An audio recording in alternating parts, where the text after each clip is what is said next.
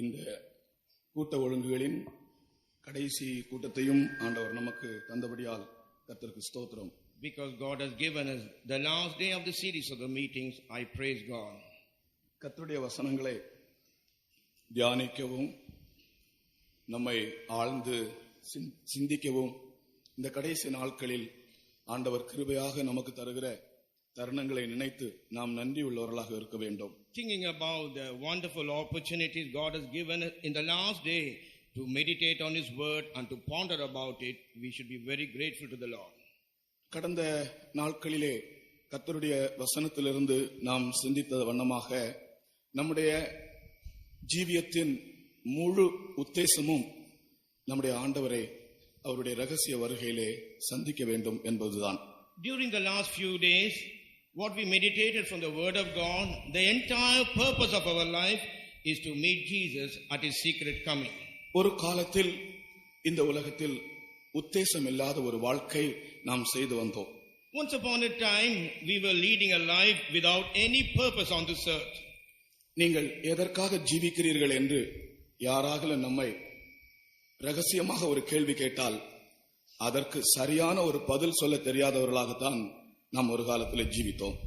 If someone asks you secretly what is the main purpose of your life, we were not able to give the right answer and thus we spent our life. ஆனால் இப்பொழுது நமக்கு நன்றாக தெரியும், யாராகிலும் ஒரு ஆள் நம்மை அணுகி நீங்கள் எதற்காக ஜீவிக்கிறீர்கள், உங்கள் உத்தேசம் என்ன என்று கேட்டால் அதற்கு ஏற்ற ஒரு பதிலை சொல்ல நம்முடைய இருதயத்தில் ஒரு ஆயத்தத்தை கர்த்தர் தந்து கொண்டிருக்கிறார்.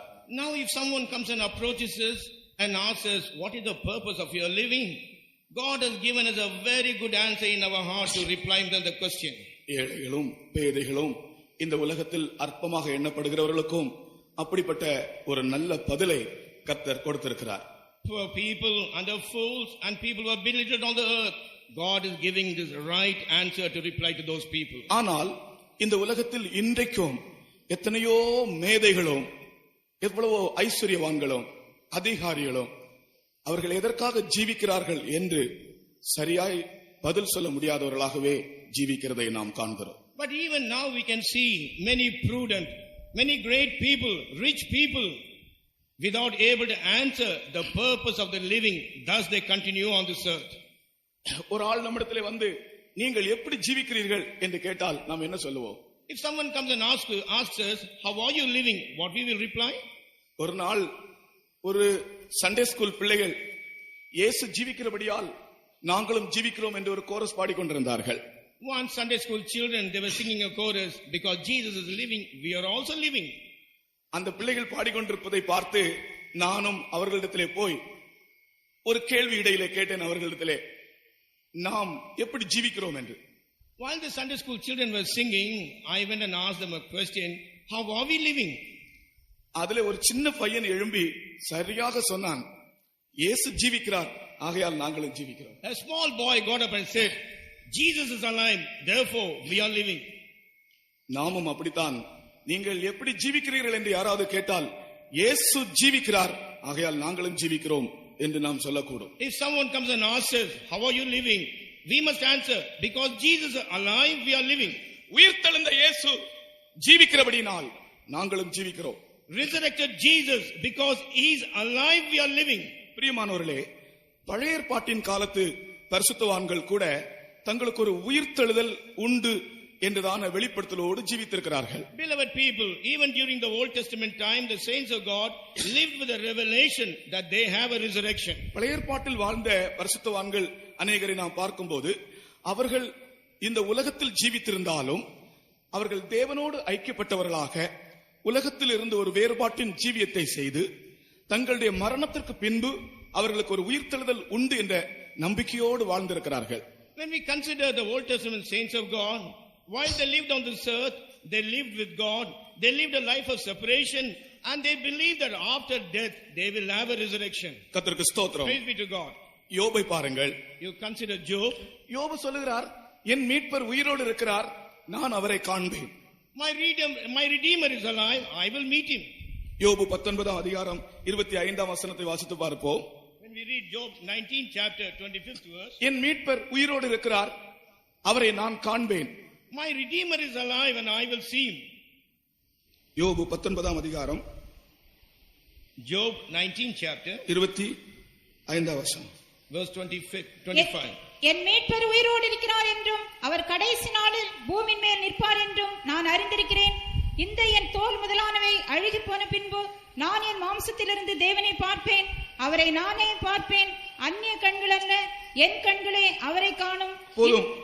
For I know that my Redeemer liveth, and that he shall stand at the latter day upon the earth.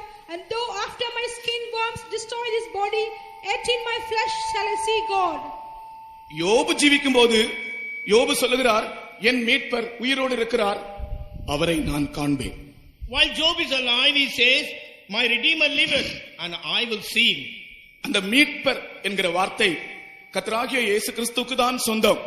அது இயேசு கிறிஸ்துவினுடைய உயிர்த்தெழுதலை பற்றிய ஒரு தீர்க்க தரிசன வார்த்தை என்றும் நாம் உறுதியாக விளங்கிக் கொள்ளலாம். The term Redeemer, it belongs to Jesus only, and we can consider as a prophecy of the resurrection. இயேசு கிறிஸ்துவினுடைய உயிர்த்தெழுதலை தீர்க்க தரிசனமாக உரைக்கிறார். என் மீட்பர் உயிரோடு இருக்கிறார். The resurrection of Jesus is told as a prophecy by telling, my Redeemer liveth. கர்த்தருக்கு ஸ்தோத்திரம். Praise be to God. அவரை நான் காண்பேன். I will see him. அவருடைய ஜீவியத்திலே அவனுடைய மரணத்திற்கு பிற்பாடு அவனுக்கு ஒரு உயிர்த்தெழுதல் உண்டு என்கிற ஒரு வெளிப்படுத்தலோடு அவன் ஜீவித்திருக்கிறான். In his lifetime, he lived with the hope that after his death that he will have a resurrection. யோபினுடைய ஜீவியத்திலே அவன் எப்படி ஜீவித்தான் என்று ஒரு சம்பவத்தை பற்றி மாத்திரம் சொல்லுகிறேன். In Job's life, I would like to tell you one instance as to how he lived. அவனுடைய ஜீவியத்தை குறித்து ஒரு சாட்சியாக அவன் சொல்லும்போது, While testifying about his life, he says, அந்நாளிலே அவருடைய தீபம் என் தலையில் இருந்தது, அவர் அருளின வெளிச்சத்தினால் நான் ஒரு இருளை கடந்து போனேன். On that day his light was on my head, and through that light I passed through the darkness, he says. மரணத்துக்கு பிற்பாடு ஒரு நம்பிக்கை உருவாக வேண்டும் என்றால் தேவன் அருளிய தீபம் தலையில் இருக்க வேண்டும். அந்த தீபத்தால் ஒரு இருளை கடந்து போக வேண்டும். After death, if you should have a hope of resurrection, light of God should be upon your head, and with that light you should pass through the darkness. யோபினுடைய ஜீவியத்திலே அவன் வியாதிப்படாமல் அவன் வாழ்ந்து சுகித்திருந்த நாட்களை பற்றி தான் அவன் சொல்லுகிறான். நான் அவர் அருளின தீபத்தினாலே வெளிச்சத்தினாலே ஒரு இருளை கடந்து போனேன். Before Job could fall sick, and before he could get into disease, as he says, light was on my head, and through that light I passed through the darkness. அந்த இருள் எதுவா இருக்கும்? What could be that darkness? அவனுடைய ரகசிய ஜீவியத்தில் அவன் பாவத்தை கடந்து போனான். In his secret life, he passed through the sin. அவன் தேவனுடைய வெளிச்சம் அவனுடைய தலையின் மேல் இருந்தது. Light of God was on his head. கர்த்தருக்கு ஸ்தோத்திரம். Praise be to God. அப்படியே பழைய ஏற்பாட்டின் காலத்திலும் கூட தேவன் அருளிய வெளிச்சத்தினாலே இந்த இருளை அவர்கள் கடந்து போனார்கள். During the Old Testament period also, because the light given by God, they passed through the darkness. கர்த்தருக்கு ஸ்தோத்திரம். Praise be to God. அடுத்தது நோவாவை பாருங்கள். Next to that, consider Noah. நோவாவிலும் ஒரு விசேஷம் காணப்பட்டது. A speciality was seen in Noah. நோவாவிலே நான் படித்தபோது நோவாவுக்குள்ள இருந்த ஒரு விசேஷம் என்னவென்றால், when I studied about Noah, the speciality what Noah had, தேவன் எச்சரிப்பை கொடுக்கும்போது, அவன் காணாத காரியத்தை பற்றி தேவன் எச்சரிப்பு கொடுக்கும்போது உடனே நோவாவுடைய இருதயத்தில் ஒரு பயபக்தி உண்டாகும். அது அவனுடைய ஜீவியத்தினுடைய ஒரு மேன்மையான அனுபவம். As soon as God gave him a warning, the things what he never saw, there was a great fear in the heart. That was his experience. கர்த்தருக்கு ஸ்தோத்திரம். Praise be to God. காணாத காரியத்தை பற்றி தேவன் ஒரு எச்சரிப்பை கொடுக்கும்போது அந்த எச்சரிப்பை கேட்கும் மாத்திரத்திலே உடனே அவனுடைய இருதயத்திற்குள் ஒரு தேவ பயம் உண்டாகும். When God gave Noah warning about the things which he has not seen at all, immediately he had a fear in his heart because of the godliness what he had. எபிரேயர் 11 அதிகாரம் 7 வசனம் சொல்லுகிறது. Hebrews 11:7 speaks about it. விசுவாசத்தினாலே நோவா தற்காலத்திலே காணாதவைகளை குறித்து தேவ எச்சரிப்பு பெற்று பயபக்தி உள்ளவனாகி, by faith Noah, being warned by God of things not seen as yet, moved with fear. தேவன் எச்சரிக்கும் போது உன் இருதயத்திற்குள் ஒரு பயபக்தி உண்டாகுமானால் அப்பொழுது உன்னுடைய ஜீவியத்தை நீ காத்துக்கொள்ள முடியும். When God warns you, if there is a fear in your heart, means you will be able to preserve your life. பழைய ஏற்பாட்டிலேயே அப்படி ஒரு பயபக்தி இருதயத்தில் காணப்பட்டு அவர்கள் ஜீவித்திருக்கிறார்கள். In the Old Testament time itself, they had the godly fear in the heart and thus they lived. தேவனுடைய பிள்ளைகளே, எச்சரிப்பை கேட்கும்போது பயபக்தி உள்ளவர்களாய் மாறினால் கண்டிப்பாக ஆபத்து வராது. Beloved people, when you are warned, if you have a godly fear, danger will not come on you. ஒரு ரயில்வே ஸ்டேஷன்ல ஒரு போஸ்டர் ஒட்டி இருந்ததை பார்த்தேன். I saw a poster pasted near the railway station. அது ரயில்வே டிபார்ட்மென்ட்காரர்களுடைய ஒரு wall poster. That was a wall poster belonging to the railway department. அதாவது அவர்களுடைய நோக்கம் என்னவென்றால், இந்த ரூஃப் டாப் டிராவல், ட்ரெயின்ல கூரைக்கு மேல இருந்து பிரயாணம் பண்ணுகிறார்களே, அது செய்யக்கூடாது, ஆபத்து, அதை வெளிப்படுத்தும்படிக்கு ஒரு படம் போட்டிருக்கிறார்கள். You know, they said a danger poster by telling, do not travel on roof of the train, it will be very bad. அதற்கு ஒரு படம் போட்டிருக்கிறார்கள். They have put a picture for to show that. ஒரு train போகிறது, one train is going, அந்த train முழுவதும் நெருங்கி ஆட்கள் இருக்கிறார்கள். people are crowded in the train. அதுல அந்த ட்ரெயினுடைய அந்த கூரையின் மேலே ஒரு 50 பேர் இருக்கிறார்கள். Almost 500 people are seated on the roof of the train. கொஞ்சம் தூரத்திலே ஒரு உயரம் குறைந்த ஒரு ஓவர் பிரிட்ஜ் வருகிறது. Within a short time they were able to pass through a over bridge which is very low. அந்த படத்தில் எழுதி இருக்கிறார்கள், their lost journey, அவர்களுடைய கடைசி பயணம் என்று. In the picture they are shown, this is your last journey. பிரியமானவர்களே, எச்சரிப்பை கொடுத்தும் அவர்கள் ரூஃப் டாப் டிராவல், கூரை மேல் இருந்து பயணம் செய்கிறவர்களாக இருந்தால் அதுவே அவர்களுடைய கடைசி பயணமாக இருக்கும். Beloved people, when the warning is given, if they are the rooftop passengers, that will be the last journey. அதுபோல நோவாவுடைய விசேஷம் என்னவென்றால், தேவன் எச்சரிப்பை கொடுக்கும்போது உடனே ஒரு பயபக்தி இருதயத்திற்குள் உண்டாகுமா. The speciality of Noah is that as soon as Lord wants him, immediately he will be filled with a godly fear. அது ஒரு நல்ல இருதயத்தினுடைய அடையாளம். அது ஒரு நல்ல இருதயத்தினுடைய அடையாளம். That is a good sign of the heart. இந்த நாட்களில் நம்முடைய இருதயம் எப்படி இருக்கிறது? In these days, how is our heart seen? ஏதாவது ஒரு எச்சரிப்பு தேவ வசனத்தின் மூலமாயோ, வசனத்தை படிக்கும் போதோ, தீர்க்க தரிசனங்கள் மூலமாயோ, மற்றவர்கள் பேசுவதன் மூலமாகவோ, சம்பவங்கள் மூலமாகவோ ஒரு எச்சரிப்பு வரும்போது நம் இருதயத்திற்குள் அதை அசட்டை செய்கிறோமா அல்லது பயபக்தி அடைகிறோமா? When a warning comes, either by the word of God or by the reading of the word of God or through prophecy or through the messages, are we filled with a godly fear in our heart or are we despising it? அடுத்தது ஆபிரகாமை பாருங்கள். Consider Abraham. உயிர்த்தெழுதலின் நம்பிக்கையாயிருந்த பழைய ஏற்பாட்டு பரிசுத்தவான்களில் Abraham ஒரு முக்கியமான ஒரு பரிசுத்தவான். Among the saints who had the hope of resurrection in the Old Testament time, Abraham was an important man. மற்ற நோவா, யோபு இவர்கள் எல்லாரும் இருந்தாலும் கூட ஆபிரகாமுடைய விசேஷம், ஆபிரகாம் தான் அந்த விசுவாசத்திற்கு ஒரு சோர்ஸ், அதாவது விசுவாசத்தின் தகப்பன் என்று பெயர் எடுத்தவன் ஆபிரகாம் தான். Job was there, Noah was there, more than all these people. Abraham was a very special person because he received the name that he is the father of faith and he was the source of that. வேற யாருக்கும் இந்த பெயர் கிடைக்கவில்லை. No one else received that name. அப்ப விசுவாசத்திற்கு ஒரு ஆரம்பம் அங்கிருந்து தான் வருகிறார். From a beginning for the faith proceeds only from there. அவன் அஸ்திவாரமுள்ள நகரத்திற்காக காத்திருந்தானாம். He was waiting for the city with foundation. மனசாட்சியின் காலத்திலேயே அஸ்திவாரமுள்ள ஒரு நகரத்திற்காக அவன் வெளிப்படுத்தலோடு காத்துக் கொண்டிருந்தான். During the period of dispensation, during the period of conscience, he was anticipating for a city with foundation. நம்முடைய தேவன் எப்படிப்பட்டவர் தெரியுமா? You know what kind of God we have? அவரோடு சேர்ந்து ஜீவிக்கிறவர்களுக்கு அவருடைய சகல ரகசியங்களையும் மகிமைகளையும் வெளிப்படுத்தக்கூடிய ஒருவராய் இருக்கிறார்.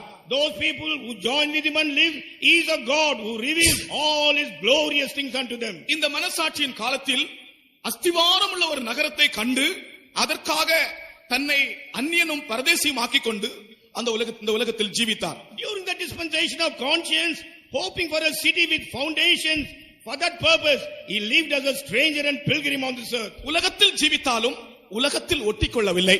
Though he lived on this earth, he never clung on to the world. தாமரை இலையில் தண்ணீர் போல அவர்கள் இந்த உலகத்தில் ஒரு வேறுபாட்டின் ஜீவியம் செய்து கொண்டார்கள். As a lotus seen in the water, they lead a life of separation. முதல் பரதேசி எபிரேயன் என்று அழைக்கப்பட்டவன் ஆபிரகாம் தான். In the first place, a person who was called as a Hebrew, it was Abraham. நேற்று நான் சொன்னது போல எபிரேயன் என்ற வார்த்தை ஒரு ஜாதி பெயர் அல்ல, அது ஒரு காரண பெயர். As I told you yesterday, the word Hebrew, it is not a national name, but it is a name came by reason. பிரியமானவர்களே, எபிரேயன் என்ற வார்த்தைக்கு பரதேசி என்ற அர்த்தம். பரதேசியாய் ஜீவித்த ஆபிரகாமை எபிரேயன் என்று அழைத்தார்கள். பிற்காலத்தில் அது ஒரு ஜாதி பெயராய் மாறியது. Beloved people, this name Hebrew came to a pilgrim or a sojourner. Abraham lived as a sojourner, so he received this name. கர்த்தருக்கு ஸ்தோத்திரம். Praise be to God. அஸ்திவாரம் உள்ள நகரத்தை வெளிப்படுத்தல் மூலமாய் கண்டபோது அவன் அதற்காக தன்னை பரதேசியாக்கி கொண்டான்.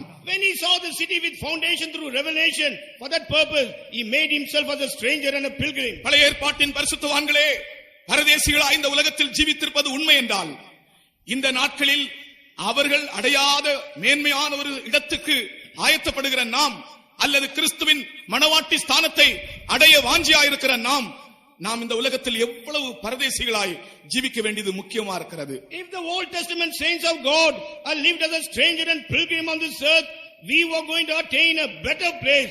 How much more we have to lead a life of this particular nature. கர்த்தருக்கு ஸ்தோத்திரம். Praise be to God. உலகத்தில் கோடாகோடி ஜனங்கள் ஜீவித்தாலும் தங்களை அந்நியரும் பரதேசிகளும் ஆக்கிக் கொண்டு ஒரு கூட்டம் ஜனங்கள் இந்த உலகத்தில் ஜீவிக்கிறார்கள்.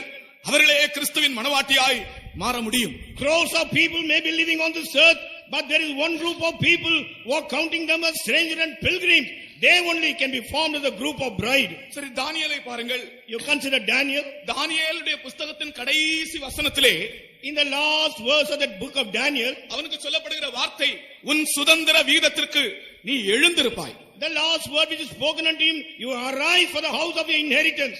தானியேலின் புத்தகத்தின் கடைசி வார்த்தையை பாருங்கள், உன் சுதந்திர வீதத்திற்கு நீ எழுந்திருப்பாய். Will you rise up for the inheritance of your house? அப்படி என்றால் தானியேல் தன்னுடைய இருதயத்திலே தனக்கு ஒரு சுதந்திரம் உண்டென்ற வெளிப்படுத்தலோடு வாஞ்சையோடு அதற்கேற்ற ஒரு ஜீவியம் செய்திருக்கிறான். Daniel in his lifetime, with a revelation that he will have an inheritance, eagerly he waited and he lived for that. பழைய ஏற்பாட்டின் பரிசுத்தவான்களே, தங்களுக்காக ஒரு சுதந்திரம் உண்டென்று ஜீவித்திருப்பது உண்மை என்றால், தேவனுடைய ஜனமே, நமக்கு பரலோகத்தில் ஒரு சுதந்திரம் உண்டென்று நாம் எவ்வளவு அதிகமாய் சொல்ல வேண்டும், அதற்காக வாஞ்சிக்க வேண்டும். If the Old Testament saints of God, if they are lived with a revelation that they will have an inheritance in heaven, beloved people of God, how much so we have to live, because we have an inheritance in heaven for us. அதிலே ஒரு சத்தியத்தை நான் சொல்லுகிறேன். In that I will tell you a truth. பரலோக ராஜ்யத்தில் சுதந்திரத்தை விரும்புகிறவர்களும் விசுவாசிக்கிறவர்களும், Person who believes and who desires the inheritance in heaven,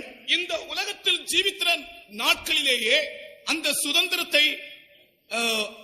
சுதந்திரத்தின் அனுபவத்தை அவர்கள் அனுபவிக்கத்தான் வேண்டும். while living on this earth itself, they must experience the purpose of the inheritance. நான் திரும்பவும் சொல்லுகிறேன். Again I'm telling you, பரலோக ராஜ்யத்தில் சுதந்திரம் உண்டென்று விசுவாசிக்கிறவர்கள் எத்தனை பேரோ, those people who believe that they have inheritance in the kingdom of heaven, இந்த உலகத்தில் அவர்கள் சரீரத்தில் ஜீவித்திருக்கிற கால அளவிலேயே அவர்களுடைய சுதந்திர வீதத்தை இந்த உலகத்தில் அவர்கள் ஆவிக்குரியபடி அனுபவிக்கத்தான் வேண்டும். while they are living in the physical body on this earth, they must experience spiritually this inheritance. நான் ஒரு வசனத்தை உங்களுக்கு முன்பாக வைக்கிறேன். I will present a verse before you. மீகாவின் புத்தகத்தில் ஜனங்கள் பாவம் செய்த போது கர்த்தர் என்ன சொல்லுகிறார் தெரியுமா? In the book of Micah, you know, when people committed sin, what did the Lord say? ஜனங்களுடைய பாவத்து நிமித்தம் கர்த்தர் சொல்லுகிறார், கர்த்தருடைய சபையிலே சுதந்திர வீதங்களை அளந்து பங்கிட்டு கொடுக்கிறவர்கள் உங்களுக்குள் இல்லாமல் போவார்கள். In the house of God, the people who portion the place of inheritance will be lost in you. நான் திரும்பவும் சொல்லுகிறேன். Again I'm telling you, மீகா 2 அதிகாரம் 5 வசனம் என்று நினைக்கிறேன். I think Micah 2:5. கர்த்தரின் சபையில் சுதந்திர வீதங்களை அளந்து கொடுக்கிறவர்கள் உனக்கு இல்லாதிருப்பார்கள். கர்த்தரின் சபையில் சுதந்திர வீதங்களை அளந்து கொடுக்கிறவர்கள் உனக்கு இல்லாமல் போவார்கள். Therefore thou shalt have none that shall cost a card by lot in the congregation of the Lord. அதனுடைய தாற்பயம் என்ன என்று சொல்லுகிறேன். I will tell you what is the meaning behind it. பரலோக ராஜ்யத்தில் எனக்கு சுதந்திரம் உண்டு என்று யாரெல்லாம் நினைக்கிறதோ, all those who think that I have an inheritance in kingdom of heaven, பழைய ஏற்பாட்டின் காலத்தில் ஆனாலும் சரி, புதிய ஏற்பாட்டின் சபை ஆனாலும் சரி, சபையில் ஜீவிக்கிற நாட்களிலேயே சபையிலேயே நீ உனக்குரிய சுதந்திர வீதத்தை அளந்து நீ அனுபவிக்கிறவனாய் காணப்பட வேண்டும். உனக்கு அளந்து கொடுக்கும்படியான ஆட்களை கர்த்தர் வைத்திருக்கிறார். Whether you are living in the church or not, while living in the church itself, your inheritance should be portion unto you, and there will be people who share that inheritance for you. ஆனால் நீ அதற்கு உண்மை இல்லாமல் போனால், but if you are not seen faithful for that, கர்த்தருடைய சபைக்கு நீ வந்தாலும் உனக்கு ஆசீர்வாதங்களை அளந்து பங்கிட்டு கொடுப்பதற்கு ஆட்கள் இல்லாமல் போகும். though you come to the church, there will not be any people to portion and share the blessing unto you. இன்றைக்கு தேவனுடைய ஆசீர்வாதங்களை பற்றி எவ்வளவோ ஒன்றும் அறிவில்லாமல் இருந்த நமக்கு பரிசுத்தவான்கள் என்னென்ன விதங்களிலே ஆசீர்வாதங்களை பற்றி சொல்லித்தந்து அதை அனுபவிக்க வேண்டிய விதத்தையும் வழியையும் சொல்லித்தந்து அதை அளந்து பங்கிட்டு கொடுத்ததுனால தானே இவ்வளவு நாம் ஆசீர்வதிக்கப்பட்டிருக்கிறோம். We were ignorant about the blessings of God, but in this church, because the saints of God have told us about all the blessings and they have helped us to receive all the blessings. Therefore, we are so joyful. இருதயத்தில் நீ உண்மையோடு இருந்தால் சபையின் இப்பொழுது நீ ஜீவிக்கிற கால அளவிலேயே உனக்கு சுதந்திர வீதம் உண்டு. நீ அனுபவிக்க வேண்டிய ஆசீர்வாதங்களை உனக்கு அளந்து தேவன் பங்கிட்டு கொடுப்பார். அதற்கேற்ற ஆட்களையும் தேவன் உனக்கு தருவார். If you are faithful in yourself, in the church there are people who can portion the blessing unto you, and God will permit them to portion and give it all the blessing to you. தானியேல் தனக்கு ஒரு சுதந்திரம் உண்டென்று, ஒரு சுதந்திர வீதம் உண்டென்று அந்த வெளிப்படுத்தலோடு ஜீவித்தான். தேவனோடு வாலிபத்திலேயே தேவனோடு சேர்ந்து ஜீவித்தான். Daniel had a revelation that he has inheritance right from his young age. He joined with the Lord and lived. சின்ன பிள்ளைகளா இருக்கும் போதே Daniel was a man of prayer. Daily he prayed 3 times, even when they had him cast in the den of lions. In the den fear could not allow. கர்த்தருக்கு ஸ்தோத்திரம். சின்ன பிள்ளைகளா இருக்கும் போது பாடின ஞாபகம் இருக்கிறது. Daniel was a man of prayer. தானியேல் ஒரு ஜெபிக்கிற மனுஷனாயிருந்தான். தேவனோடு வாலிபத்திலேயே, அவனுடைய இளமை பருவத்திலேயே, அவனுடைய சிறுமை பருவத்திலேயே எனக்கு ஒரு சுதந்திரம் உண்டென்ற வெளிப்படுத்தல் இருந்தபடியால் ஆண்டவரோடு அணுகி ஜீவித்தான். Daniel, right from his young age, he was a man of prayer because he had a revelation that he has an inheritance. He joined with the Lord and lived. கர்த்தருக்கு ஸ்தோத்திரம். Praise be to God. ஆகையால் தேவனுடைய இனி வரப்போகிற மரணத்துக்கு பிற்பாடு நமக்கு ஒரு சுதந்திர வீதம் பரலோகத்தில் உண்டென்று விசுவாசிக்கிறவர்கள் இந்த சபையிலேயே நீங்கள் ஆசீர்வாதத்தை அனுபவிக்க வேண்டும். அதற்காக நீங்கள் சபையிலே ஆண்டவரோடு நீங்கள் நெருங்கி ஜீவிக்க வேண்டும். After death, those people who believe that we have inheritance in the kingdom of heaven, while you live in the church itself, you must believe and experience those blessings. தானியேல் தேவனுக்கு பிரியமான புருஷன் என்று பெயர் பெற்றவன். Daniel was a man who received a name that he was pleasing unto God. இப்படி பழைய ஏற்பாட்டு பரிசுத்தவான்களை ஒவ்வொருவரையும் பற்றி சொல்லிக் கொண்டே போகலாம். Like that we can continue to tell about the Old Testament saints of God. இந்த பழைய ஏற்பாட்டு பரிசுத்தவான்கள் அவர்கள் தங்களுடைய சுதந்திர வீதத்திற்கு எழும்புகிற ஒரு சமயம் உண்டு. There is a time where all the Old Testament saints of God will stand up for their inheritance. கர்த்தராகிய இயேசு கிறிஸ்துவினுடைய பாதங்கள் ஒலிவ மலையின் மேல் இறங்கும். The feet of Lord Jesus Christ will rest on Mount Olive. அது ஒரு தீர்க்க தரிசனத்தின் நிறைவேறுதலாக. That is the fulfillment of a prophecy. அவர் எல்லாரும் காணத்தக்கதாக அவர் பகிரங்கமாய் வருவார். For everyone to see openly, he will come there. அது அவருடைய ரகசிய, அவருடைய இரண்டாம் வருகையின் மூன்றாம் பகுதி என்று நான் நேற்றுக்கு உங்களுக்கு சொன்னேன். Yesterday I told you that is the third portion of his second coming.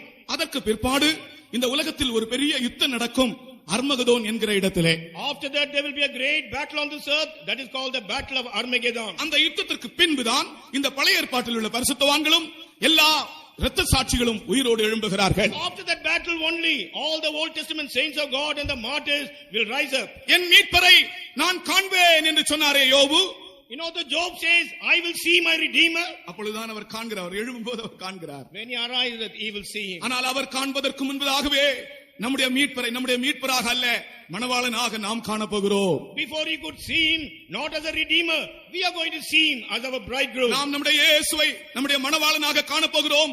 யோபு காண்பதற்கு முன்னதாகவே நாம் காணப்போகிறோம். We are going to see our Jesus as our bridegroom before Job could see. We are going to see him. அந்த வாஞ்சை விசுவாசம் இருக்கிறவர்கள் கரங்களை உயர்த்தி ஒரு ஹல்லேலூயா சொல்லுவோமாக. Hallelujah. யோபு காண்பதற்கு முன்னதாகவே நாம் நம்முடைய மணவாளனை காண போகிறோம். Before Job could see, we are going to see our bridegroom. கர்த்தருக்கு ஸ்தோத்திரம். Praise be to God.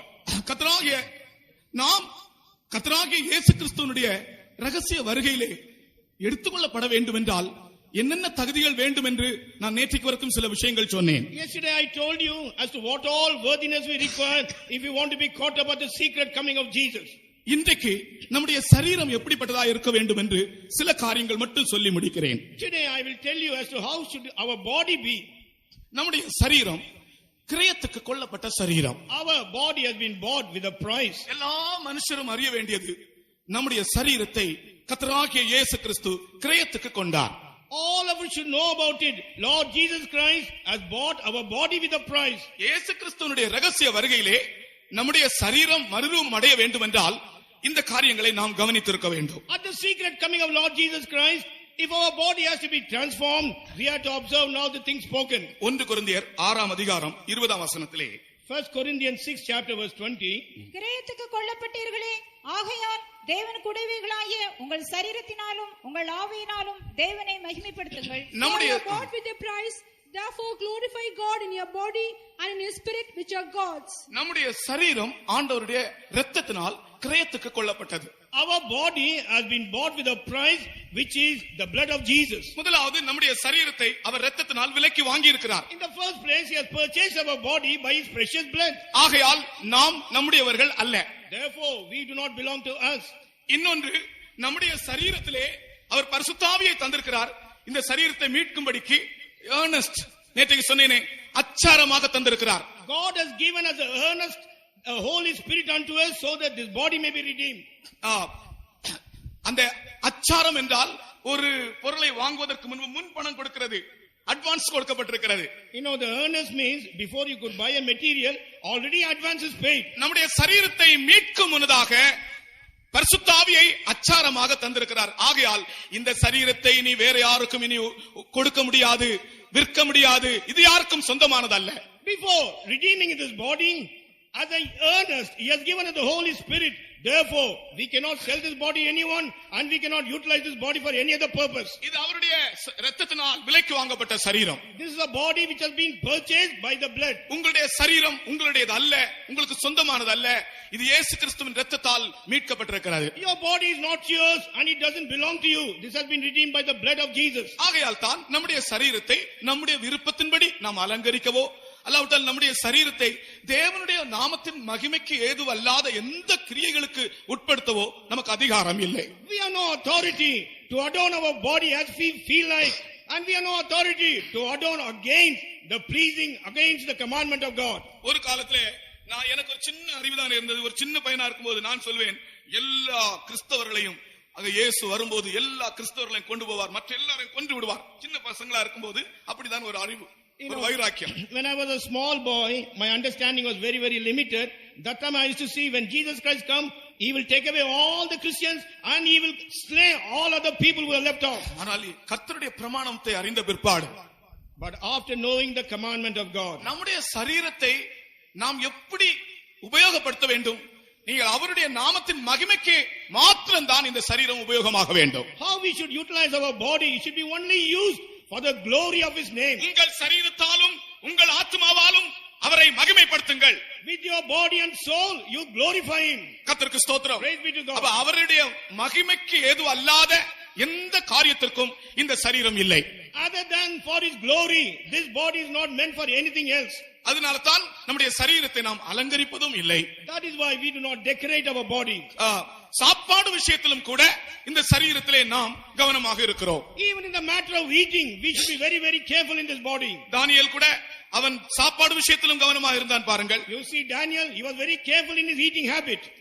நீ போதன பிரியனா இருந்தால் உன் தொண்டையிலே கத்தியை வை, வசனம் சொல்லுகிறது. The word of God says, if you are a glutton, put the knife in your throat. பிரியமானவர்களே, சாப்பாடு விஷயத்திலும் கூட இந்த சரீரம் மீட்கப்பட வேண்டும் என்றால் அதிலும் கூட நாம் ஜாக்கிரதையாக இருக்க வேண்டும். Beloved people, in the matter pertaining to food, if you want to be caught up, we should be very, very careful in that. உன்னுடைய ஆகார விஷயத்தில் நீ உன்னுடைய சரீரத்தை விற்க கூடாது. You should not sell your body in the matter pertaining to your food. தானியேல் ஆகார விஷயத்திலும் அவன் கட்டுப்பாடு உடையவனாய் இருந்தான். Daniel was bound even in the matter pertaining to his eating. கர்த்தருக்கு ஸ்தோத்திரம். Praise be to God. அது அவனுக்கு அவனுடைய ஜீவியத்தை, அவனுடைய ஆத்துமாவை பாதுகாக்கக்கூடிய ஒன்றாக இருந்தது. That was able to preserve his life and in his soul. இயேசு கிறிஸ்து பசியா இருந்தபோது பிசாசு வந்தவரை சோதிக்க 3 சோதனைகளை அவருக்கு முன்பாக வைத்தான். When Jesus was hungry, devil, in order to tempt him, he came and put forth before him 3 temptations. முதலாவது அவருக்கு பசியா இருந்தபோது இந்த கல்லை நீர் அப்பமாக்கி சாப்பிடும் என்று சொன்னான். In the first place, when Jesus was hungry, the Satan told, make these stones as bread for you to eat. ஆனால் இயேசு அந்த ஆகார விஷயத்தில் ஜெயம் பெற்றார். But Jesus, in the matter of food, he got victorious. கர்த்தருக்கு ஸ்தோத்திரம். Praise be to God. உபாகம புத்தகத்தில் இருந்துதான் அந்த 3 கேள்விகளுக்கும் 3 சோதனைகளுக்கும் உபாகம புத்தகத்தில் இருந்துதான் இயேசு பதில் சொல்லுகிறார். From the book of Deuteronomy only, Jesus replies unto the three temptations. பிசாசு அவருக்கு கொண்டு வந்த 3 சோதனைகளையும் உபாகம புஸ்தகத்தில் உள்ள 3 வசனங்களை சொல்லி பிசாசை மேற்கொண்டார். The three temptations brought by the devil, telling the 3 verses from the book of Deuteronomy, Jesus overcame him. மனுஷன் அப்பத்தினால் மாத்திரமல்ல தேவனுடைய வசனத்தினாலும் பிழைப்பான். Man not by bread alone, but he will live with the word of God. கர்த்தருக்கு ஸ்தோத்திரம். Praise be to God. நாம் அப்பத்தினால் ஜீவிக்கும்படியாக அல்ல, தேவனுடைய வசனத்தினால் பிழைக்கும்படி தேவன் நம்மை அழைத்தார். Not to live through the bread, but God has called us so that we may live by the word of God. அதனால் ஆகார விஷயத்திலும் நமக்கு ஒரு ஜெயம் வேண்டும். Therefore we have victory in the matter of food also. அலங்காரத்திலும் நமக்கு ஒரு ஜெயம் வேண்டும். Even in our decoration or adorning, we need a victory. நம்முடைய சரீரம் கிரயத்துக்கு கொள்ளப்பட்டிருக்கிறது. Our body is bought with a price. நாம் சொந்தமானவர்கள் அல்ல. We don't belong to us. நம்முடைய சரீரத்தை நாம் உபயோகப்படுத்துவோம் என்றால் ஆண்டவருடைய நாமத்தின் மகிமைக்கு ஏதுவானதுக்காக மாத்திரமே உபயோகப்படுத்துவோம். இது கடைசி நாள் செய்தியா இருக்கிறது. If at all we want to use our body, let us make use of it only for the name of the glory of God, because this is the end time. அடுத்தது இன்னொரு சரீரத்தை பற்றி எபிரேயர்ல வாசிக்கிறோம். Next to that, about other body, we read in book of Hebrews. நம்முடைய சரீரம் சுத்த ஜலத்தால் கழுகப்பட்ட சரீரமாய் இருக்க வேண்டும். Our body should be a body which is cleansed by the pure water.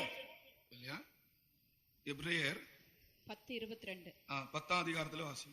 துர்மனசாட்சி நீங்க தெளிக்கப்பட்ட இருதயம் உள்ளவர்களாயும் சுத்த ஜலத்தால் கழுவப்பட்ட சரீரம் உள்ளவர்களாயும். சுத்த ஜலத்தால் கழுகப்பட்ட சரீரம் உள்ளவர்களா? இங்கிலீஷ்.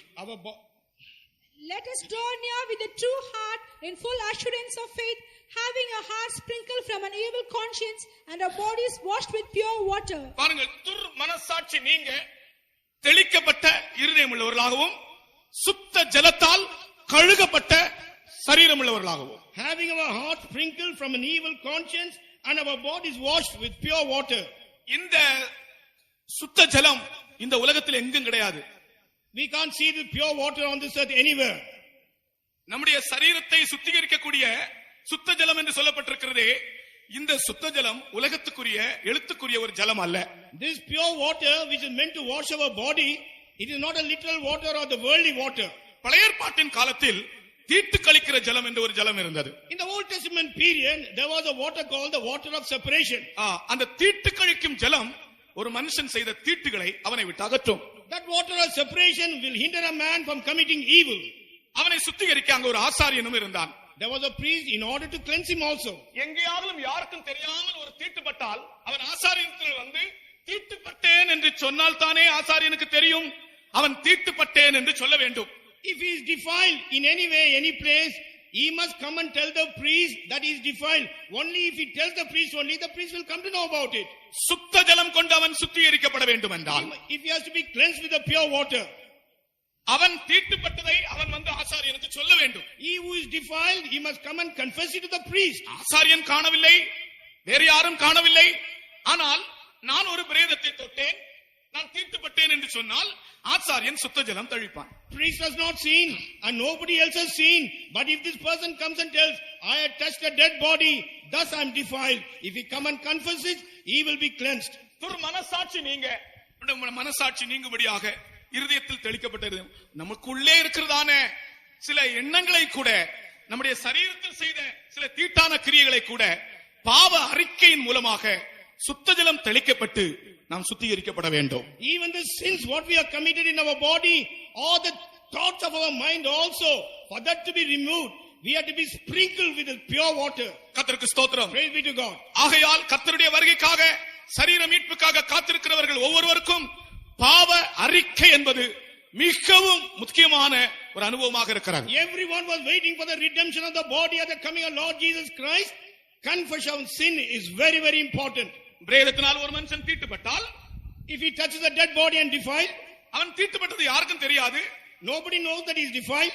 அவன் தொட்டது யாருக்கும் தெரியாது. Nobody knows that he has touched it. ஆனால் வசனம் சொல்லுகிறது, அவன் தன்னை சுத்திகரிக்காமல் அப்படியே பாளையத்திற்கு போனால் அவன் தன் ஜனத்தில் இராதபடிக்கு அறுப்புண்டு போவானா. Without cleansing himself, he goes to the camp, he will be cut off from his people, that he may not be with them anymore. ஆகையால் அவன் என்ன செய்ய வேண்டும்? Therefore what he must do, அவன் ஆசாரியனிடத்தில் வந்து, நான் ஒரு பிரேதத்தை தொட்டேன், நான் தீட்டுப்பட்டிருக்கிறேன் என்று சொன்னால், சுத்த ஜலம் கொண்டு நம்மை சுத்திகரித்தோனே, சுத்த ஜலம் கொண்டு நம்மை சுத்திகரித்தோனை சுத்த கைகளை உயர்த்தி ஸ்தோத்தரிப்போமே சுத்த கைகளை உயர்த்தி ஸ்தோத்தரிப்போமே சுத்த ஜலம் கொண்டு நம்மை சுத்திகரித்தோனே சுத்த ஜலம் கொண்டு நம்மை சுத்திகரித்தோனே சுத்த கைகளை உயர்த்தி ஸ்தோத்தரிப்போமே சுத்த கைகளை உயர்த்தி ஸ்தோத்தரிப்போமே. உன்னுடைய சரீரத்தில் சுத்த ஜலம் தெளிக்கப்படும் போதுதான் கைகள் சுத்தமாகும். When the pure water is sprinkled in your body, then only your hands will be clean. ஆண்டவரே, உம்முடைய பரிசுத்த பர்வதத்தில் யார் வாசம் பண்ணுவான்? உம்முடைய பரிசுத்த பர்வதத்தில் யார் வாசம் பண்ணுவான்? Lord, who will dwell in your holy mountain? உம்முடைய வாசிங்களது உம்முடைய கூடாரத்தில் யார் தங்குவான்? உம்முடைய பரிசுத்த பர்வதத்தில் யார் ஏறுவான்? Who will dwell in your tabernacle? Who will rise up to your holy mountain? கைகளில் சுத்தமுள்ளவன், he who is clean in his hands. கர்த்தருக்கு ஸ்தோத்திரம். Praise be to God. இந்த கை எந்த சோப் போட்டு கழுவினாலும் சுத்தமாகாது. This hand, whatever soap you may use, it will not get cleansed. இந்த உலகத்தில் உள்ள எந்த சோப்போ கிளீனிங் பவுடரோ அல்லாவிட்டால கிளீனிங் ஆசிடோ போட்டாலும் கை சுத்தமாகாது. Whatever may be soap and the detergent on this earth, this hand will never get clean. கர்த்தருடைய சமூகத்தில் வந்து உன்னுடைய கைகளை உயர்த்தக்கூடிய அளவிற்கு உன்னுடைய கைகள் சுத்த கைகளாக வேண்டும் என்றால் சுத்த ஜலம் தெளிக்கப்பட வேண்டும். If your hand has to be stretched out in the presence of God, that it should be seen as a pure hand means it has to be sprinkled with a pure water. பாவங்களை அறிக்கையிடும் போது உங்களுக்கு சுத்த ஜலம் தெளிக்கப்படும். When you confess your sins, pure water is sprinkled upon you. கர்த்தராகிய இயேசு கிறிஸ்துவினுடைய வருகையிலே சரீர மீட்புக்காக காத்திருக்கிற ஒவ்வொருவரும் பாவ அறிக்கை செய்கிற ஒரு அனுபவம் இந்த கடைசி நாட்களிலே உண்டாகட்டும். அதை நீங்கள் விளங்கிக் கொள்ளுங்கள்.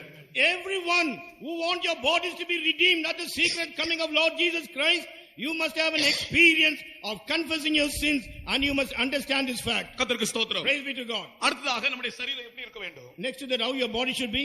1 கொரிந்தியர் 9ஆம் அதிகாரத்தில் அப்போஸ்தலனாகிய பவுல் சொல்லுகிறார், In 1 Corinthians 9th chapter, Apostle Paul says, என்னுடைய சரீரத்தை நான் ஒடுக்கி கீழ்ப்படுத்துகிறேன். நம்முடைய சரீரம் ஒடுக்கி கீழ்ப்படுத்தப்பட்ட சரீரமா இருக்க வேண்டும். I bring my body under subjection, he says. Our body should be under our subjection. மற்றவர்களுக்கு பிரசங்கம் பண்ணுகிற நான் தானே ஆகாதவனாய் போகாதபடிக்கு என் சரீரத்தை ஒடுக்கி கீழ்ப்படுத்துகிறேன். But I keep under my body and bring it into subjection, lest that by any means, when I preach to others, I myself should be a castaway.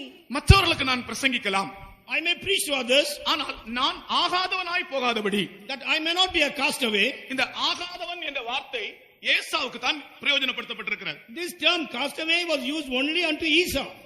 ஏசா ஆகாதவன் என்று தள்ளப்பட்டானாம். Esau was rejected as a castaway.